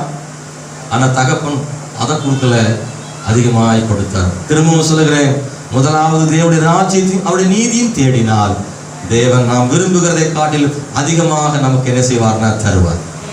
ஆமென். ஹல்லேலூயா. கூட கொடுக்கப்படும். அன்பான கர்த்தருடைய பிள்ளைகளே, இந்த மாலை வேளையில் ஜெபிப்போம். கண்களை மூடி இந்த 3 விஷயங்களை நாம் கவனிக்க வேண்டியது இருக்கிறது. ஒன்று, ஆமென், கேளுங்கள் அப்பொழுது உங்களுக்கு கொடுக்கப்படும். தேவனுடைய ஆசீர்வாதத்தை கேட்கணும். ஜெபம் அதிகமாகட்டும், நான் வாழ்க்கையில் அதிகமாக ஜெபமாகட்டும். நான் எல்லாத்தையும் பேசுறதுக்கு நேரம் இல்லாததுனால நான் ஒரே ஒரு விஷயத்தை மாத்திரம் இன்றைக்கு உங்களோடு பகிர்ந்து கொள்ள முடிந்தது. அன்பானவர்களே, ஸ்தோத்திரம். 2 விஷயங்களை, கீழ்ப்படிதலின் மூலமாய் வருகிற ஆசீர்வாதம், முதலாவது தேவனுடைய ராஜ்யத்தையும் அவருடைய நீதியும் தேடுகிறதால் வருகிற ஆசீர்வாதத்தை பற்றி உங்களோடு கூட நான் பகிர்ந்து கொண்டேன். ஆமென். முதலாவது, கேளுங்கள் அப்பொழுது கொடுக்கப்படும். இந்த 3 காரியத்தை மனசுல வச்சுக்கோங்க. கேட்கிறதன் மூலமாக தேவன் ஆசீர்வதிக்கிறார், அவருக்கு கீழ்ப்படுகிறதன் மூலமாக தேவன் ஆசீர்வதிக்கிறார், தேவனுடைய ராஜ்யத்தையும் அவருடைய நீதியையும் முதலில் வைக்கும் போது, முதலில் தேடும் போது கர்த்தர் நம்மை ஆசீர்வதிக்கிறார். தேவனுடைய ஆசீர்வாதம் என்பது பொன்னும் பொருளும் மட்டும் அல்ல, இரக்கமும் கிருபையும் தேவனுக்கென்று வாழ்வதும் பரிசுத்தமும் சமாதானம் பண்ணுகிறதும் இது போன்ற ரட்சிப்பும் இதெல்லாம் கூட ஆசீர்வாதம்னு பைபிள்ல எழுதப்பட்டிருக்கிறது என்னுடைய பிள்ளைகளே. ஆகவே நாம் எல்லாரும் கர்த்தரை ஸ்தோத்திரம் பண்ணி மகிமைப்படுத்துவோமாக. ஹல்லேலூயா. இந்த நாளில் கூட ஒருமுறை கூட கர்த்தர்ட்ட ஒப்பு கொடுத்து, ஆண்டவரே உம்மை ஸ்தோத்திரம். ஆண்டவருக்காக நிற்கிறதுனால் வருகிற ஆசீர்வாதங்களை இப்போ நம்ம பார்க்க மாட்டோம். ஆனால் ஒரு நாள் வரும்போது தெரியும், ஆண்டவருக்காக நான் வைராக்கியமா வாழ்ந்ததனுடைய பலன் என்ன என்று ஒரு நாள் நீங்கள் புரிந்து கொள்ள முடியும். அன்பானவர்களே, முகமுகமாய் மத்திய ஆகாயத்தில் கிறிஸ்துவை சந்திக்கும் போது நமக்கு தெரியும், கர்த்தருக்காக வாழ்ந்ததனுடைய பலனை நான் காணும்படி ஆண்டவர் செய்தாரே. ஓ ஹல்லேலூயா. சுவாசங்களை, இந்த உலகத்தின் சிற்றின்பங்களை எல்லாம் வெறுத்து கண்ட்ரோலான ஆண்டவருக்காக வாழ்ந்தேன். ஆனா அதனால் எனக்கு கர்த்தர் இப்படிப்பட்ட கிருபைகளை தந்தார். அவரை முகமுகமாய் சந்திக்க, மகிழ்ச்சியும் சமாதானமாய் தேவனுடைய சமூகத்தில் இருக்க, நித்தியமாக அவரோடு வாழ்கிற பாக்கி வரும்போது, ஐயோ அந்த ஸ்தோத்திரம் ரட்சிப்பு எவ்வளவு பெருசுன்றதை நாம் உணரக்கூடிய வாய்ப்புகளை தேவன் நமக்கு தருவார். என்னுடைய பிள்ளைய, இன்றைக்கு பாடுகள் மத்தியிலும், பிரச்சனைகள் மத்தியிலும், போராட்டங்கள் நடுவிலையும் கூட ஆண்டவருக்காக வருகிற தேவ சமூகத்தில் தேவனுடைய பிள்ளைகளே, அவருடைய கிருபைகளுக்காக தேவனை துதியுங்க. ஆமென். ஹல்லேலூயா. ஒருமுறை கூட உங்களால் முடிஞ்சா வலது கரத்தை உயர்த்தி 2 வார்த்தை சொல்லி, ஆண்டவரே இந்த வசனத்துக்கு என்னை ஒப்பு கொடுக்குறப்பா, நான் உனக்கு கீழ்ப்படியும்படி எனக்கு கிருபை செய்யுங்க. எனக்கு விருப்பம் இல்லாவிட்டாலும் கர்த்தருக்கு பிரியமா இருந்தால் கீழ்ப்படிய உதவி செய்யும். நான் என் வாழ்க்கையில எத்தனையோ காரியம் இருந்தாலும் ஃபர்ஸ்ட் நீங்க தான்ப்பான்னு சொல்லி நான் உங்களுக்கு தான் முக்கியத்துவம் கொடுப்பேன். ஆண்டவரே ஹல்லேலூயா. நான் முதல் இடத்துல உங்களை வைக்கிற ஆண்டவரே. இந்த உலகத்தில் எத்தனையோ தேவைகள் எனக்கு இருக்கு, ஆனா உண்மையில என் முதல் தேவை நீர்தான் ஆண்டவரே என்று சொல்லி ஆண்டவரை ஜெபம் பண்ணுவோமா? பரிசுத்தமுள்ள பிதாவே, இந்த வேலைக்காக நன்றி. இப்போது கூட நாங்கள் இந்த வசனங்களை கேட்டோம். இந்த வசனத்தின்படி நீர் எங்களை ஆசீர்வதிங்கப்பா. எங்கள் பிதாவே, நாங்கள் உமக்கு கீழ்ப்படியவும் அதிகமாக ஜெபிக்கவும், தேவ ராஜ்யத்தையும் அவருடைய நீதி முதலாவது தேடவும் கர்த்தர் கிருபை செய்யும்படி ஜெபிக்கிறோம். உங்க இரக்கம் யாவர் மேலும் இருப்பதாக நீரே காத்துக்கொள்ளும். ஒவ்வொருடைய மனதையும் இருதயத்தையும் ஆராய்ந்தறிகிறவரே, இந்த சாயங்கால ஆராதனைக்கு வந்திருக்கிற கர்த்தருடைய பிள்ளைகளுடைய தனிப்பட்ட தேவைகள் என்னவென்று நீர் அறிவீரப்பா. ஆண்டவருடைய பிள்ளைகளுக்கு கிருபை செய்யுங்க. இன்னும் அதிகமாக கர்த்தருக்கென்று ஓட ஆசீர்வதிக்கப்படவே செய்யும். இந்த கொரோனா காலங்களில் இந்த வைரஸ் அழிக்கப்பட்டு முழு உலகத்திற்கு ஒரு விடுதலை கிடைக்கும் என்று ஜெபிக்கிறோம். கொரோனாவின் மூலமாக ஒருவர் கூட சாகவில்லை என்கிற ஒரு நாள் வரட்டும் ஆண்டவரே. ஒரு உயிர் பலி கூட இல்லை. ஹல்லேலூயா. அந்த சூழ்நிலை வரும்படி ஜெபிக்கிறோம். இந்த கொரோனாவுக்கு விரோதமாய் போராடுகிற ஒவ்வொரு மக்களையும் நீர் ஆசீர்வதியும் ஆண்டவரே. விசுவாசிகளுடைய பொருளாதார தேவைகள் சந்தியும். ஆவிக்குரிய நன்மைகளை ஆண்டவர் தாரும். இரக்கமும் சமாதானம் குடும்பத்தில் காணப்படும்படி ஜெபிக்கிறேன். கர்த்தரே பாதுகாத்துக் கொள்ளும்படி மன்றாடி ஜெபிக்கிறேன். கர்த்தர் ஆசீர்வதியும். இயேசுவின் நாமத்தில் ஜெபிக்கிறோம் எங்கள் நல்ல பிதாவே. ஆமென். ஆமென். என் ஆத்துமாவே கர்த்தரை ஸ்தோத்திரி. என் முழு உள்ளமே அவர் பரிசுத்த நாமத்தை ஸ்தோத்திரி. என் ஆத்துமாவே கர்த்தரை ஸ்தோத்திரி. கர்த்தர் செய்த சகல உபகாரங்களையும் மறவாதே. ஆமென். நம்முடைய கர்த்தராகிய இயேசு கிறிஸ்துவின் கிருபையும், பிதாவாகிய தேவனுடைய அன்பும், பரிசுத்தாவின் ஐக்கியமும் சமாதானமும் நம் அனைவரோடு என்றென்றைக்கும் இருப்பதாக. ஆமென். எல்லாருக்கும் ஸ்தோத்திரம். கர்த்தர்